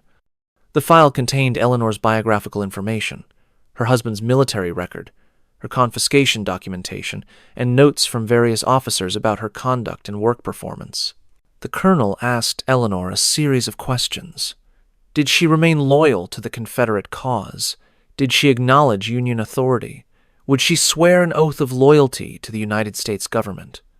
Did she have relatives in Union-controlled territory who could provide for her if released? Did she have means to support herself independently? Eleanor answered carefully. She said she had never been politically motivated, and that her loyalty had been to her husband rather than to abstractions about states' rights or federal authority. She acknowledged Union victory and said she bore no hostility toward Union forces. She was willing to swear any oath required. She had a sister in Charleston, but had not communicated with her in years and did not know if her sister would accept her. She had no independent means of support, her survival having always depended on men, first her father, then her husband, and now apparently the Union Army. The tribunal conferred quietly. Then the colonel delivered their determination. Eleanor's case was complicated by her husband's unresolved status. Thomas had been classified as a high-value prisoner because of intelligence he might possess about Confederate operations. Until his interrogations were complete and his final disposition determined, Eleanor could not be released because her release might compromise his interrogation. She would remain in custody in her current status pending further review in 90 days. Eleanor felt the decision like a physical blow. 90 days. 3 more months in this tent, in this camp, performing forced labor, living in circumstances deliberately designed to break her psychologically before anyone acknowledged she was being broken. She asked if she could at least communicate with her husband. The request was denied. She asked if she could consult legal counsel. The request was denied because military tribunals operated under different rules than civilian courts. She was dismissed and escorted back to Sector 15.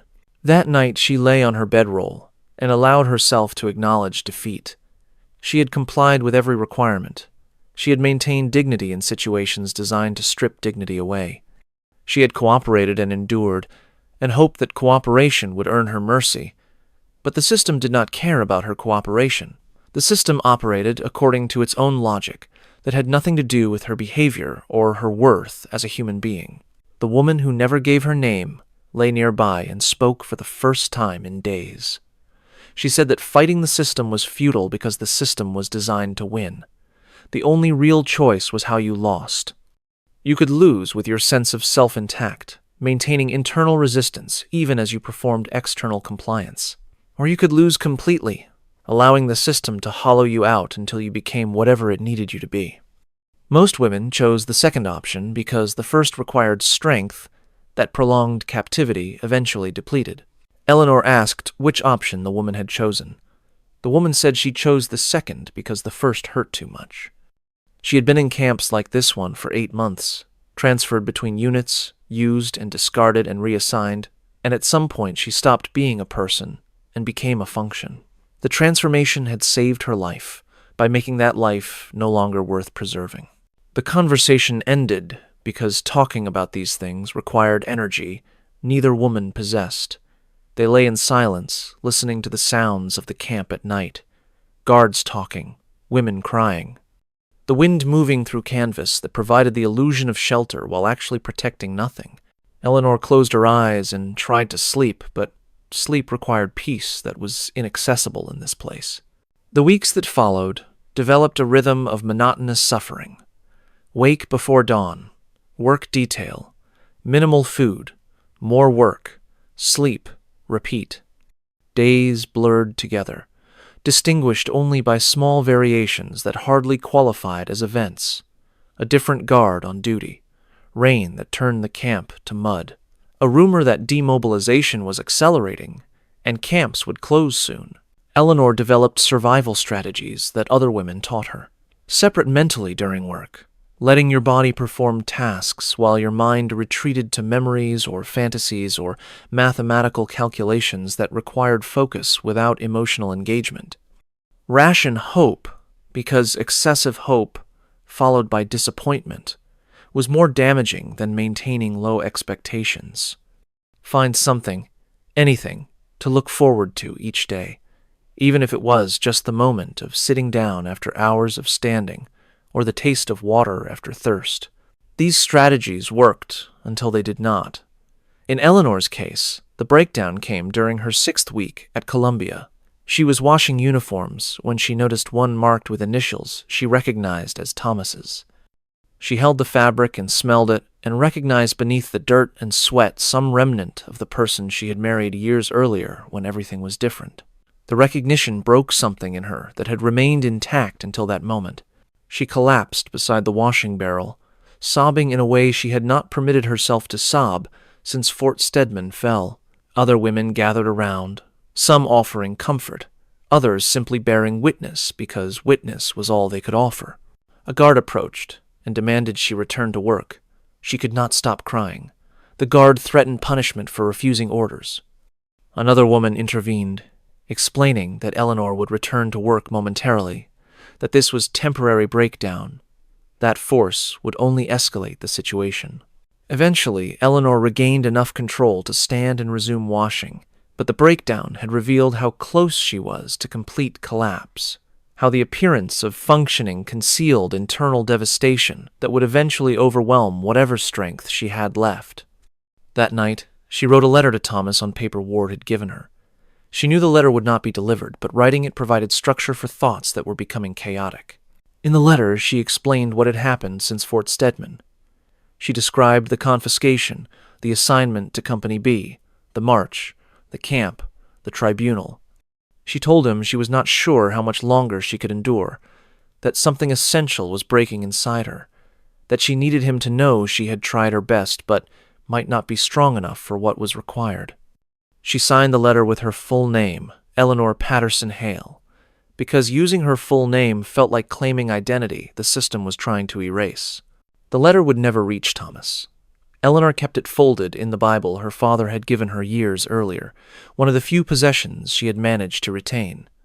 But writing it had provided temporary relief, the illusion of communication across the enforced silence that separated them. Small illusions were sometimes all that made survival possible. May 15th, 1865. The Columbia camp was preparing for what everyone understood would be a major operational change. The war was definitively over. Confederate forces had surrendered across all theaters. President Lincoln's assassination had created chaos in Washington, but had not changed military realities in the field. The question now was what to do with approximately 300,000 Union soldiers who needed to be demobilized and sent home, and with tens of thousands of Confederate prisoners who needed to be processed through parole systems that were still being invented. The officers who commanded the Columbia camp had been meeting daily to discuss these logistics. They were overwhelmed by the scale of the task. Every decision created consequences they could not fully anticipate.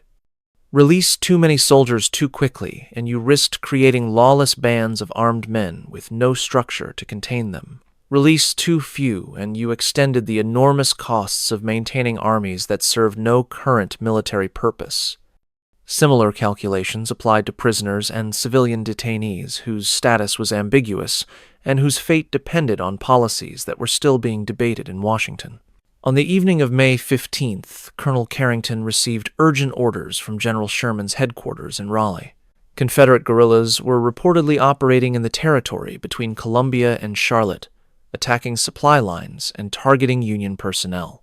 Carrington was ordered to take 2 companies and pursue these guerrillas, to eliminate them as a threat, and to secure the route for future movements. Carrington selected Companies A and C for the pursuit, approximately 160 men, along with officers and support personnel. They departed at dawn on May 16th, leaving the camp under command of Major David Russell, a competent but inexperienced officer who had spent most of the war in administrative roles and had never commanded a facility this size. Russell was 48 years old, a former lawyer who had joined the Army at the war's beginning for reasons he himself no longer clearly understood. The departure of Carrington and his companies changed the camp's dynamics immediately. Discipline, which had been strict under Carrington's command, became noticeably looser under Russell. Guards were less vigilant. Work details were less structured. Soldiers who had been kept busy with constant tasks now had idle time that they filled with gambling, drinking smuggled liquor, and increasingly aggressive behavior toward civilian detainees. Eleanor noticed the change within hours. Guards who usually ignored her began making comments as she walked to work details. Soldiers she did not recognize appeared near the laundry area, offering help that she had not requested and did not want. The atmosphere shifted from oppressive but controlled to oppressive and chaotic, the latter more dangerous because chaos meant unpredictability, and unpredictability meant survival strategies based on routine became less effective. On the second night after Carrington's departure, a group of approximately 20 men approached Sector 15 after dark.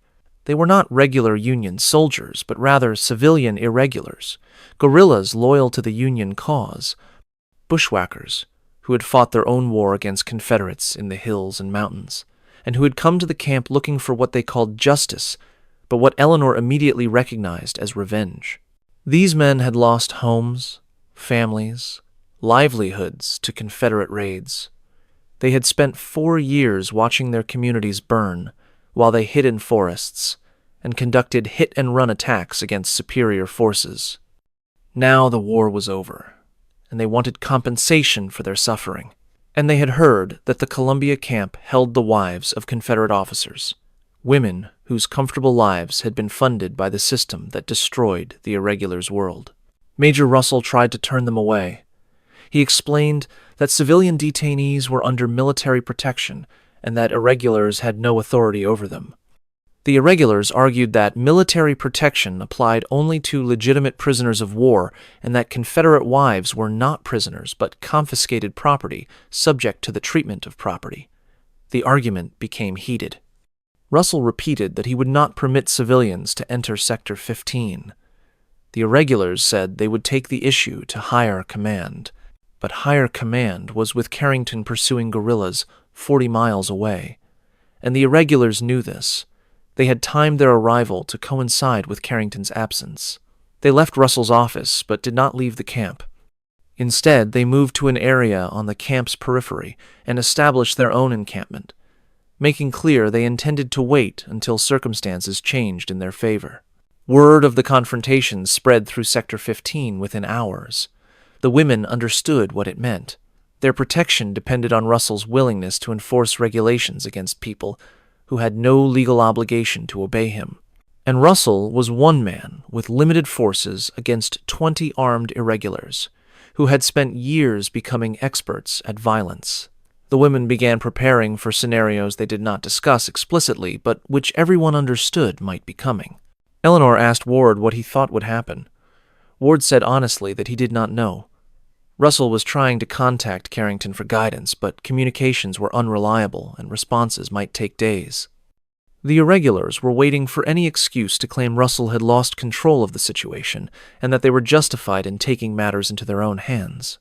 Ward promised he would try to intervene if things deteriorated, but acknowledged his capacity to intervene was limited. That night, Eleanor could not sleep. She lay awake listening to sounds from beyond the tent, trying to distinguish routine camp noises from anything that might indicate danger. Every voice raised, every footstep approaching, sent adrenaline surging through her system. She was operating in a state of constant vigilance that was exhausting and unsustainable, but necessary. The next morning, May 18th, a new complication emerged. A messenger arrived from Charleston reporting that a Union supply convoy had been attacked by Confederate holdouts. 2 soldiers had been killed. The attackers had escaped into swampland, where pursuit was difficult. The message requested that the Columbia camp provide reinforcements to secure the route. Russell faced an impossible choice. He could not refuse a request for reinforcements without appearing derelict in his duty, but sending more soldiers away would further weaken the camp's defensive capacity and would leave him even less able to protect civilian detainees against the irregulars. He delayed making a decision, hoping for guidance from Carrington that did not arrive. By afternoon, the irregulars had lost patience. They sent a representative to Russell with an ultimatum. Either Russell released certain designated women to irregular custody for transportation to Charleston, where they would stand trial for crimes against Union loyalists, or the irregulars would take the women by force and hold Russell responsible for obstructing justice. The ultimatum included a list of 10 names. Eleanor's was third on the list. Russell refused the ultimatum. He said that military regulations did not permit transfer of detainees to civilian custody without proper authorization from command, that such authorization would take time to obtain, that the irregulars needed to wait for proper procedures to be followed. The irregular representatives said they were done waiting, that procedures were excuses, that if Russell would not cooperate, he was choosing to be an obstacle that would be removed. The confrontation escalated into shouting. Other officers intervened to separate Russell and the irregulars. The irregulars withdrew to their encampment, making threats that everyone took seriously. Russell called an emergency meeting of his officers to discuss options. The consensus was that they could not defend against a determined irregular assault without risking casualties and a situation that would end military careers, regardless of who won the physical confrontation. One officer suggested a compromise. What if the women on the list were moved to a different location within the camp, somewhere more secure, with dedicated guards, eliminating the irregulars' ability to access them while maintaining appearance that proper procedures were being followed? Russell seized on this suggestion because it provided a way to delay without appearing to capitulate. That evening, Eleanor and 9 other women were moved from Sector 15 to a storage building near the camp's administrative center. The building was stone, windowless, designed to hold supplies rather than people. But it was defensible and close to officer quarters, where Russell could claim he was exercising maximum vigilance over high-value detainees. Guards were posted outside. The women were given minimal provisions and told to remain inside until further notice. The storage building quickly became unbearably claustrophobic. 10 women in a space designed for crates and barrels. No ventilation beyond the crack beneath the locked door. A single bucket for sanitation. Darkness broken only by faint light seeping through gaps in the stone. The women sat on the floor and waited, listening to sounds from outside, trying to determine what was happening. Hours passed. The sounds changed. Shouting, running, gunfire. Not close, but not far either. Something was happening in the camp. Violence erupting somewhere. Chaos spreading from whatever point of origin had triggered it. The women pressed against the door, trying to hear more clearly, trying to understand if the violence was coming toward them or moving away. Then silence. Complete and eerie. No voices, no footsteps, no indication of human presence anywhere nearby. The silence persisted for what might have been an hour or might have been 3 hours, time becoming elastic in the darkness. Then footsteps approaching, keys rattling in the lock. The door opening to reveal Sergeant Ward holding a lamp, his face pale, his voice urgent. He said they needed to leave immediately. The irregulars had attacked. Russell and most of the officers had fled to pursue them into the forest, where the irregulars had retreated after the initial assault. Only a skeleton guard remained in the camp. Ward did not have authority to release detainees, but he was releasing them anyway because staying in the storage building meant being found by whoever returned first, whether irregulars or Union soldiers, and neither option was safe. Eleanor and the others followed Ward out of the building and through the camp. The scene was surreal. Tents abandoned, fires burning unattended, equipment scattered as though people had dropped everything and run, bodies visible near the camp perimeter. Whether irregulars or soldiers, Eleanor could not tell in the darkness. Ward led them away from the camp entirely, into forest beyond its boundaries, moving quickly but quietly, stopping frequently to listen for pursuit. After perhaps a mile, Ward halted in a small clearing. He said this was as far as he could safely take them. The forest extended for miles in all directions. They could try to reach the main road south, and hope to encounter Union patrols. They could try to circle back to the camp once the situation stabilized. They could hide here and wait for morning. He did not know what would be safest. He had acted on instinct to get them out of immediate danger, but had not thought beyond that. Eleanor asked what he would do. Ward said he had to return to the camp to help restore order and to ensure his absence was not interpreted as desertion. He was risking court-martial by releasing them, but court-martial was better than whatever the irregulars would have done. He gave Eleanor his lamp and a small amount of food he had grabbed during the evacuation. Then he disappeared back toward the camp, leaving the 10 women alone in darkness, with no clear idea what to do next. What happened at the Columbia camp on the night of May 18th, became known officially as the Sector 15 incident. Unofficial accounts called it by harsher names. The military investigation that followed lasted 3 months and produced a report that was classified immediately and remained classified for 90 years. When portions of the report were finally released in 1955, they had been so heavily redacted that coherent narrative was impossible to reconstruct from official sources alone. The basic facts were these: approximately 20 irregular fighters loyal to the Union cause, but not formally part of the Union Army, had attempted to seize control of Sector 15 to access female detainees they claimed had committed crimes against Union. Loyalists. Major Russell had refused to cooperate. The irregulars had attacked camp guards. Russell and most of his officers had pursued the attackers into surrounding forest. During the confusion of the attack and pursuit, persons unknown had entered Sector 15 and assaulted multiple women, causing injuries that 3 different doctors later testified were consistent with systematic violence. 10 women, including Eleanor, had been moved to a storage building for protection and subsequently released by Sergeant Caleb Ward without authorization. What the official report omitted was that the irregulars' attack had been a diversion.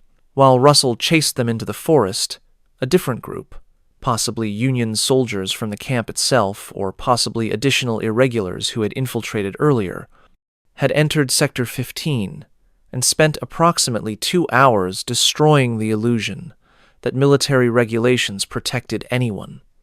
The women who survived that night never provided public testimony about what occurred. Some because they were threatened into silence. Some because they could not speak about it without breaking down completely. Some because speaking would require acknowledgement that would make continued existence unbearable. Eleanor and the 9 women who escaped spent that night in the forest. They did not sleep. They sat in darkness, listening to sounds that might be pursuit, or might be animals, or might be their fear manifesting as auditory hallucinations. When dawn came, they faced choices none of them felt equipped to make. Return to the camp and hope the situation had stabilized. Try to reach Charleston or another city with Union authority. Hide in the forest and wait for rescue that might never come. The plantation owner's wife from Virginia suggested they split up, arguing that 10 women traveling together would attract attention, while individuals or pairs might pass for refugees and avoid scrutiny. Others argued that separating meant losing whatever safety numbers provided. The discussion became argument, became exhausted silence as everyone realized they were making decisions based on insufficient information about dangers they could not accurately assess. In the end, they compromised. The group split into 3 smaller groups. Eleanor stayed with 2 other women, the doctor's wife from Tennessee and one of the merchant's daughters from Alabama. They decided to try to reach the main road and follow it toward Charleston, staying out of sight but keeping the road in view, hoping to encounter Union patrols before encountering anything else. They walked for 2 days, sleeping briefly during hottest afternoon hours, moving primarily at dawn and dusk when visibility was lower. They ate berries and drank from streams, neither woman having any knowledge of what was safe to consume, and therefore consuming anything that did not look immediately poisonous. They saw other refugees on the road, families with carts, former slaves trying to reach wherever freedom was supposed to be located, deserters from both armies trying to disappear into the chaos. No one questioned 3 women traveling alone because everyone had their own problems. The social structures that would normally make lone women anomalous had collapsed along with everything else. Eleanor and her companions were just 3 more people trying to survive a situation. No one knew how to survive. On the 3rd day, they encountered a Union patrol, 10 cavalry soldiers conducting reconnaissance. The patrol's lieutenant listened to their story with an expression that shifted from skepticism to horror as they explained about Fort Stedman, confiscation, the Columbia camp, the irregular attack, their escape. He said he would take them to the nearest Union headquarters where they could make formal statements and receive assistance. The headquarters was in a town whose name Eleanor never learned. She was brought before a captain who took her statement, recording it in handwriting so bad she could barely read it when he showed her the document for verification. The captain said her case would be referred to proper authorities, that determinations would be made about her status, that temporary accommodations would be provided. The temporary accommodations were another tent in another camp, this one smaller and less organized, but still featuring the same fundamental architecture of control and surveillance. Eleanor had been processed back into a system she had briefly escaped. The day after her arrival, she was interviewed by an officer from the Judge Advocate General's Corps, a lawyer in uniform who asked detailed questions about everything that had happened since Fort Stedman. The interview lasted 4 hours. Eleanor answered honestly, describing events without embellishment, understanding that her testimony might be used in ways she could not predict. At the end of the interview, the JAG officer said that her case had become complicated by multiple factors. Ward's unauthorized release of detainees was being investigated as potential dereliction of duty. The irregular attack and its aftermath were being investigated as potential violations of military law. Multiple women were filing complaints about treatment at Columbia, creating what the officer called a public relations concern that needed to be managed carefully. Eleanor asked what management meant in practice. The officer explained that the Army was preparing to release most female detainees as part of broader demobilization efforts. However, releases would be contingent on women agreeing not to discuss their treatment publicly or to seek legal remedies through civilian courts. Women who agreed to these terms would be released with small financial compensation for their time in custody. Women who refused would remain in detention pending resolution of legal questions that might take months or years. The offer was extortion, disguised as assistance. Eleanor understood this, but also understood that refusal meant prolonged captivity. She asked for time to consider. The officer gave her 24 hours. That night, Eleanor thought about everything she had endured, everything she had witnessed, everything that had been done to her and to other women, while systems that claimed to protect them failed systematically. She thought about whether speaking publicly would change anything, or whether it would simply mark her as troublesome and ensure she was further marginalized. She thought about Thomas, wherever he was, whatever he was experiencing, and whether reunion was even possible after everything that had broken both of them. In the morning, she told the officer she would sign whatever was required, not because she believed silence was right, but because she lacked energy to fight systems that had already demonstrated their capacity to destroy her. The officer presented documents that she signed without reading closely. The language was dense and legal. She knew she was waiving rights she theoretically possessed, but which existed only on paper and not in any practical sense. 3 days later, she was released with $12 in Union currency and a pass allowing her to travel through Union-controlled territories. She was given no information about Thomas's whereabouts or status. When she asked, she was told that Confederate prisoner records were being processed, but were not accessible to civilians. She was provided with an address in Washington where she could submit inquiries after the processing was complete, probably in 3 to 6 months. Eleanor took the pass and the money and walked out of the camp. She stood on a road leading south and realized she had nowhere to go. Her house in Augusta might still exist, but might also be occupied by Union forces or refugees or anyone who had claimed it. Her sister in Charleston might welcome her or might refuse to acknowledge her because association with a convicted Confederate officer's wife carried social consequences in occupied cities. She had no other family, no friends whose loyalty she could count on, no resources beyond $12 that would not last long. She began walking south because south was where Charleston was, and Charleston was the only destination she could think of. The walk took 11 days. She slept in abandoned barns and under trees. She ate food that other travelers shared, or that she begged from farmhouses where women looked at her with pity that included calculation about whether helping her would create obligations they could not afford. She was robbed twice by deserters who took her money and left her with nothing but the clothes she wore and the Bible she refused to surrender. When she reached Charleston, she found the city had been devastated by the war, buildings destroyed, streets cratered, economy collapsed. She located her sister's address, a house on Meeting Street, and knocked on the door with no idea what reception she would receive. Her sister Catherine opened the door, looked at Eleanor for several seconds without recognition, then gasped and pulled her inside. The sisters embraced, both crying, neither speaking because speech was inadequate for what they needed to communicate. Catherine's husband appeared, learned who Eleanor was, and his expression showed the concern Eleanor had expected. She was a problem, a complication, someone whose presence would create difficulties. But Catherine insisted Eleanor stay. She gave Eleanor a room, found clothing that fit, prepared food that Eleanor's shrunken stomach could barely process. Over the following days, Eleanor told her sister portions of what had happened, omitting details that seemed too horrifying to speak aloud, finding that even censored versions left Catherine shaken and angry. Catherine wanted Eleanor to file complaints, to seek legal remedies, to hold someone accountable. Eleanor explained about the documents she had signed, the waivers she had agreed to, the futility of challenging systems that had already demonstrated their imperviousness to individual objections. Catherine argued that truth mattered regardless of whether justice was achievable. Eleanor said truth was a luxury she could not afford. The argument ended without resolution. Eleanor stayed with her sister while trying to determine what came next. She wrote letters to addresses where Thomas might receive them, receiving no responses.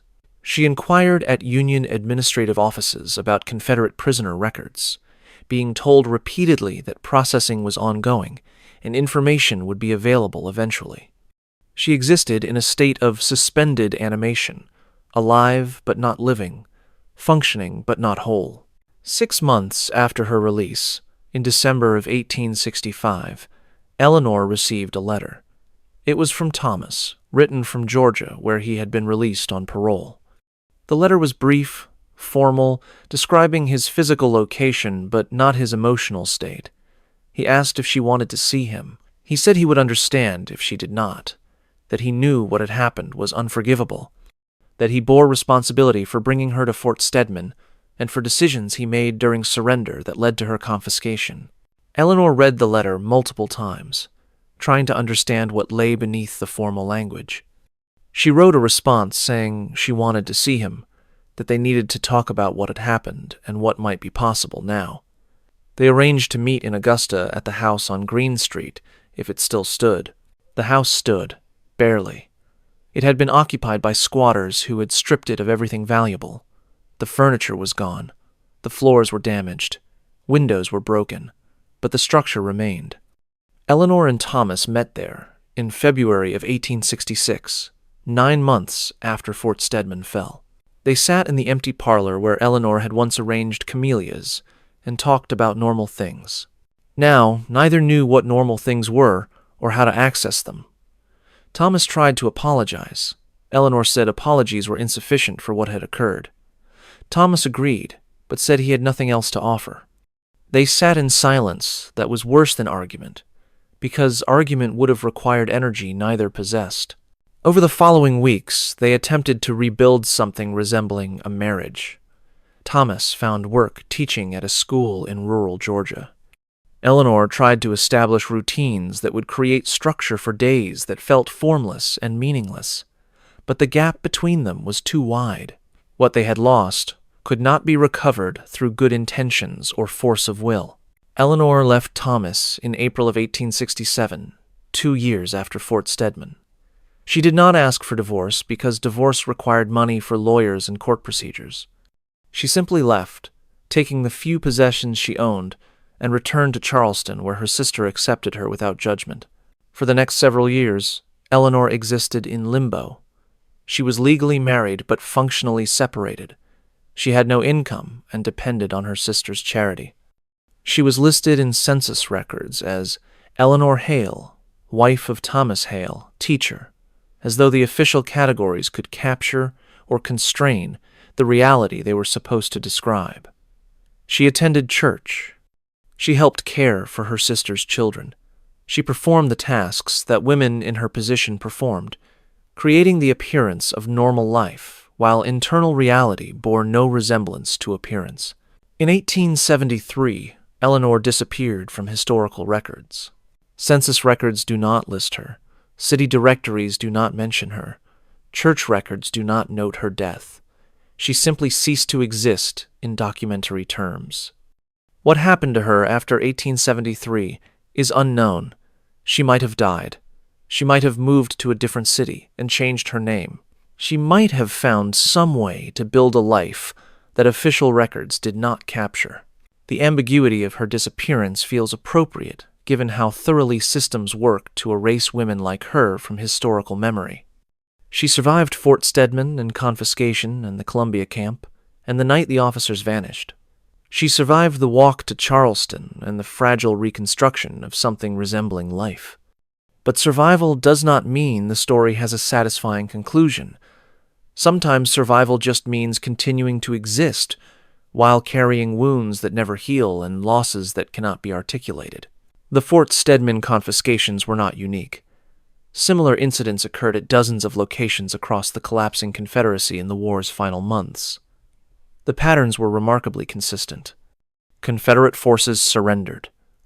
Union commanders interpreted confiscation policies to include wives of enemy officers. Women were held in military custody under conditions that violated their dignity and autonomy. The situations created scandals that military authorities worked to suppress. The official position, developed in the months after the war, was that these incidents represented unauthorized actions by individual officers who had misinterpreted regulations. The Judge Advocate General's office issued clarifications stating that confiscation policies had never been intended to apply to people, that the classification of wives as property under Confederate law did not justify Union forces treating them as confiscatable property. Officers who had implemented such policies were reprimanded, though the reprimands were private and did not prevent their continued careers. The women who survived were offered settlements in exchange for silence. Most accepted because they had no resources to fight, and because speaking publicly would mean social ostracism in communities where women were expected to maintain propriety regardless of what had been done to them. A few refused the settlements and tried to file lawsuits, but their cases were dismissed on procedural grounds. Military tribunals ruled that actions taken during wartime under color of military authority could not be challenged in civilian courts. The documentation was systematically suppressed. Tribunals' findings were classified. Testimony was sealed. Officers involved were transferred to different posts where their roles in confiscations were not widely known. The historical record was scrubbed to remove evidence of systematic abuse, leaving only fragments that historians would later struggle to piece together. The suppression was so effective that for nearly a century, these incidents were essentially forgotten. History textbooks described the Civil War's end in terms of grand narratives about reunion and reconstruction. The suffering of individual women disappeared beneath accounts of military campaigns and political developments. When historians occasionally encountered references to female detainees or confiscated property, they interpreted these phrases as referring to material possessions, rather than understanding that people had been categorized and treated as property. The silence began to crack in the late 20th century, when historians gained access to previously sealed documents. The National Archives released portions of tribunal records in the 1950s and 60s, though with heavy redactions. Researchers digging through state and local records found references that contradicted official accounts. Letters and diaries from soldiers mentioned events that official histories ignored. One critical breakthrough came in 2008, when Sergeant Caleb Ward's personal papers were donated to a Pennsylvania Historical Society by his great-great-granddaughter. The papers included a journal Ward had kept during the war's final months. The journal described his experiences at Fort Stedman, the confiscation of Eleanor Hale, the march to Columbia, the irregular attack, and his decision to release detainees without authorization. Ward wrote that he expected to be court-martialed, but believed court-martial was preferable to allowing what he called systematic degradation to continue. Ward was in fact court-martialed in July of 1865. The charges were dereliction of duty and unauthorized release of military detainees. Ward pleaded guilty, explaining his actions without seeking to justify them, accepting whatever punishment the tribunal determined appropriate. The tribunal found him guilty, but sentenced him only to reduction in rank and reassignment. The leniency suggested that officers reviewing his case recognized the impossible position he had been placed in, even if they could not officially acknowledge that impossibility. Ward returned to Pennsylvania after the war and resumed working in coal mines. He never spoke publicly about his service. His journal was private, intended for his own processing of traumatic events, not for publication. But after his death in 1907, his family preserved his papers, perhaps understanding that the history he had witnessed deserved documentation, even if that documentation could not be shared during his lifetime. Other evidence emerged gradually. A historian researching Confederate prisoner records found references to Thomas Hale and his wife Eleanor. The references were cryptic, but suggested complications in Thomas's parole that related to his wife's status. Following this lead through multiple archives eventually uncovered Eleanor's tribunal testimony from June 1865. 3 hours of recorded questioning about events at Fort Stedman and Columbia. The testimony had been sealed, but was scheduled for release in 2075 based on archival protocols that delay public access to sensitive materials for specific periods. A research team petitioned for early release of the testimony, arguing historical significance and public interest. After review, portions of the testimony were released in 2012 with continued redactions protecting information deemed too sensitive. Even in redacted form, the testimony was devastating. Eleanor described in clinical detail the processes by which women were transformed from people with rights into property subject to confiscation and distribution. She identified officers by name and rank. She specified dates and locations. She provided the kind of evidence that historians need to move beyond speculation to documented fact. The testimony also revealed Eleanor's awareness that speaking would likely change nothing. At the end of her recorded statement, she said that she did not expect justice because justice required institutions willing to acknowledge wrongdoing, and the institutions that had harmed her were the same institutions that would judge whether harm had occurred. She testified because creating a record mattered, even if the record was sealed. She wanted someone, someday, to know the truth, even if truth led nowhere. The pattern Eleanor described was not unique to Fort Stedman. Similar testimony exists from women held at other locations. The consistency across independent accounts suggests systematic practices rather than isolated incidents. Multiple Union commanders independently concluded that wives could be treated as confiscatable property. Multiple camps developed similar procedures for holding and managing these women. Multiple tribunals developed similar strategies for suppressing scandals when they emerged. The question historians grapple with is why? Why did Union forces, fighting ostensibly to preserve principles of human dignity and to oppose slavery, implement policies that treated women as property? The answers are complex and unsatisfying. Partly it was revenge, Union soldiers wanting Confederate officers to experience loss and humiliation equivalent to what Union families had experienced. Partly it was pragmatism, officers seeking ways to reward troops without spending scarce financial resources. Partly it was exploitation of legal ambiguity, commanders using Confederate law against the Confederacy itself. But underneath these explanations is something more disturbing. The willingness to treat women as property revealed that both sides had always been willing to subordinate women's autonomy to male interests. Confederate law explicitly classified wives as property. Union practice demonstrated that Northern commitment to human dignity was contingent and selective, applying to some categories of people but not others. The war had been fought over who counted as fully human and deserving of rights. The confiscations revealed that women in general occupied ambiguous status in that calculus. The long-term impact extended beyond individual women who suffered.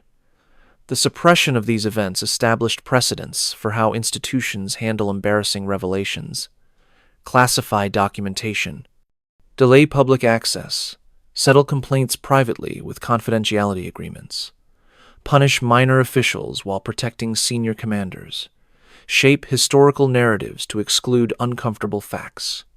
These techniques for managing institutional wrongdoing persisted long after the Civil War ended. The impact also shaped how women understood their relationship to military institutions. Women who served as nurses or performed other support roles during the war learned that their contributions did not translate to protections when protections became necessary. Women who believed that marriage to officers provided security learned that security was illusion. The lessons were transmitted across generations, creating lingering distrust that affected women's willingness to support subsequent military mobilizations. Thomas Hale lived until 1918, dying at age 85 in rural Georgia. His obituary described him as a teacher and Confederate veteran who had served with distinction. It mentioned his marriage but stated that his wife had died during the war, which was technically false but perhaps emotionally accurate given that their marriage did not survive what happened to them. Thomas never remarried.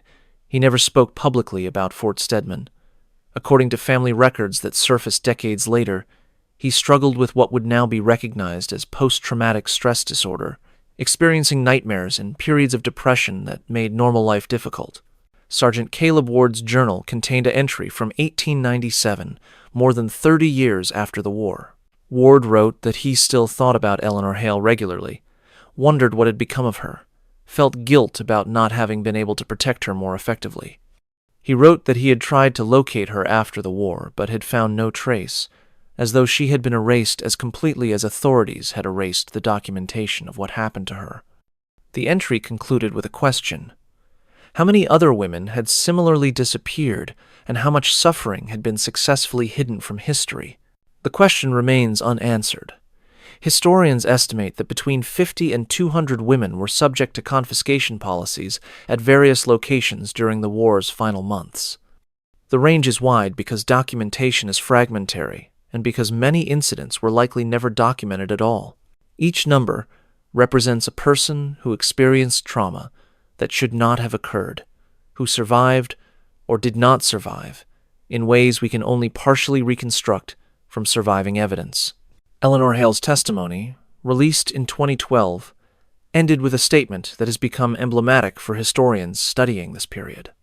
She said that she was testifying not because she believed it would change her circumstances, but because silence would allow those who harmed her to control the narrative about what had occurred. She said that even if no one read her testimony for decades or centuries, the fact that truth had been spoken and recorded mattered. She said that women who came after her deserved to know that these things had happened, that institutions had failed, that survival was possible even when justice was not. Her testimony was read. Historians used it along with other documents to reconstruct a history that had been deliberately buried. The reconstruction is incomplete. There are gaps that cannot be filled because documentation was destroyed or never existed. There are questions that cannot be answered because witnesses are long dead. But enough has been recovered to establish that what happened to Eleanor happened to others, that the patterns were systematic rather than accidental, that official histories, for more than a century, omitted truths that undermined comfortable narratives about the war. The Fort Stedman confiscations matter because they reveal how easily institutions can rationalize cruelty, how bureaucracy can transform atrocity into policy, how legal language can disguise the reality of suffering. They matter because the techniques used to suppress these stories, classification and confidentiality agreements, and delayed document release, are techniques institutions still use to manage uncomfortable revelations. They matter because women's suffering was treated as less significant than men's political and military concerns, a prioritization that persists in how history is written and remembered. They matter because Eleanor Hale and the other women whose names we know, and the many more whose names we do not know, deserve to have their experiences acknowledged. They survived impossible situations. They endured losses that cannot be adequately described. They lived through the breakdown of systems that were supposed to protect them, and discovered that survival sometimes means continuing to exist while carrying wounds that never fully heal. The war ended in 1865. The systems that made the confiscations possible evolved, but did not disappear. Women's legal status improved gradually over the following century, but improvement was slow and incomplete. Coverture laws persisted in some states until the 1970s. Military justice systems retained extraordinary authority over civilians in occupied territories. The legal frameworks that enabled treating women as property during the Civil War influenced how women were treated in subsequent conflicts, creating precedents that took generations to challenge successfully. Eleanor vanished from records in 1873. We do not know what happened to her after that date. Perhaps she found peace. Perhaps she continued to struggle with trauma that 19th century medicine could not address. Perhaps she built a life that brought her satisfaction despite everything she had lost. We cannot know. What we can know is that she lived, she testified, she tried to ensure that truth was recorded even when truth led nowhere immediately useful. Her testimony waits in archives for people who care enough to seek it out. Her story exists in fragments scattered across historical records that require effort to assemble. She is not famous. She will never be famous. But she is real, and what happened to her was real. And remembering that reality matters more than comfortable fictions about wars fought for noble principles by honorable men who treated everyone with dignity. The Confederate officer's wife was given to the troops. What happened to her after the surrender was exactly what she feared would happen, what other women experienced, what institutions worked to hide. She survived. She testified. She disappeared.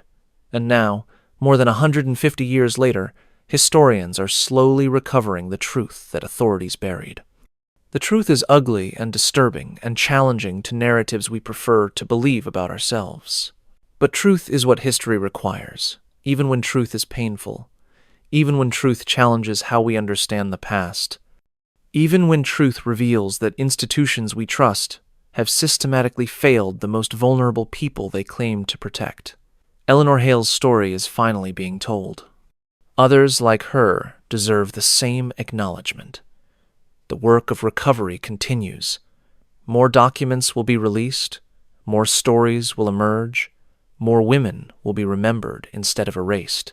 If you found this deep dive into a deliberately hidden chapter of American history compelling and disturbing, hit that subscribe button right now. Share this video with anyone who needs to understand how institutions suppress uncomfortable truths and how long it takes for those truths to emerge. Comment below telling me which other hidden atrocities from American history deserve exposure. These stories matter because patterns of institutional abuse persist across time. These stories matter because women's suffering has been systematically minimized in how we remember conflicts. These stories matter because truth delayed is not truth denied forever, and historians continue working to recover what authorities tried to bury. Eleanor Hale testified 160 years ago. We are finally listening. There are many more voices waiting to be heard.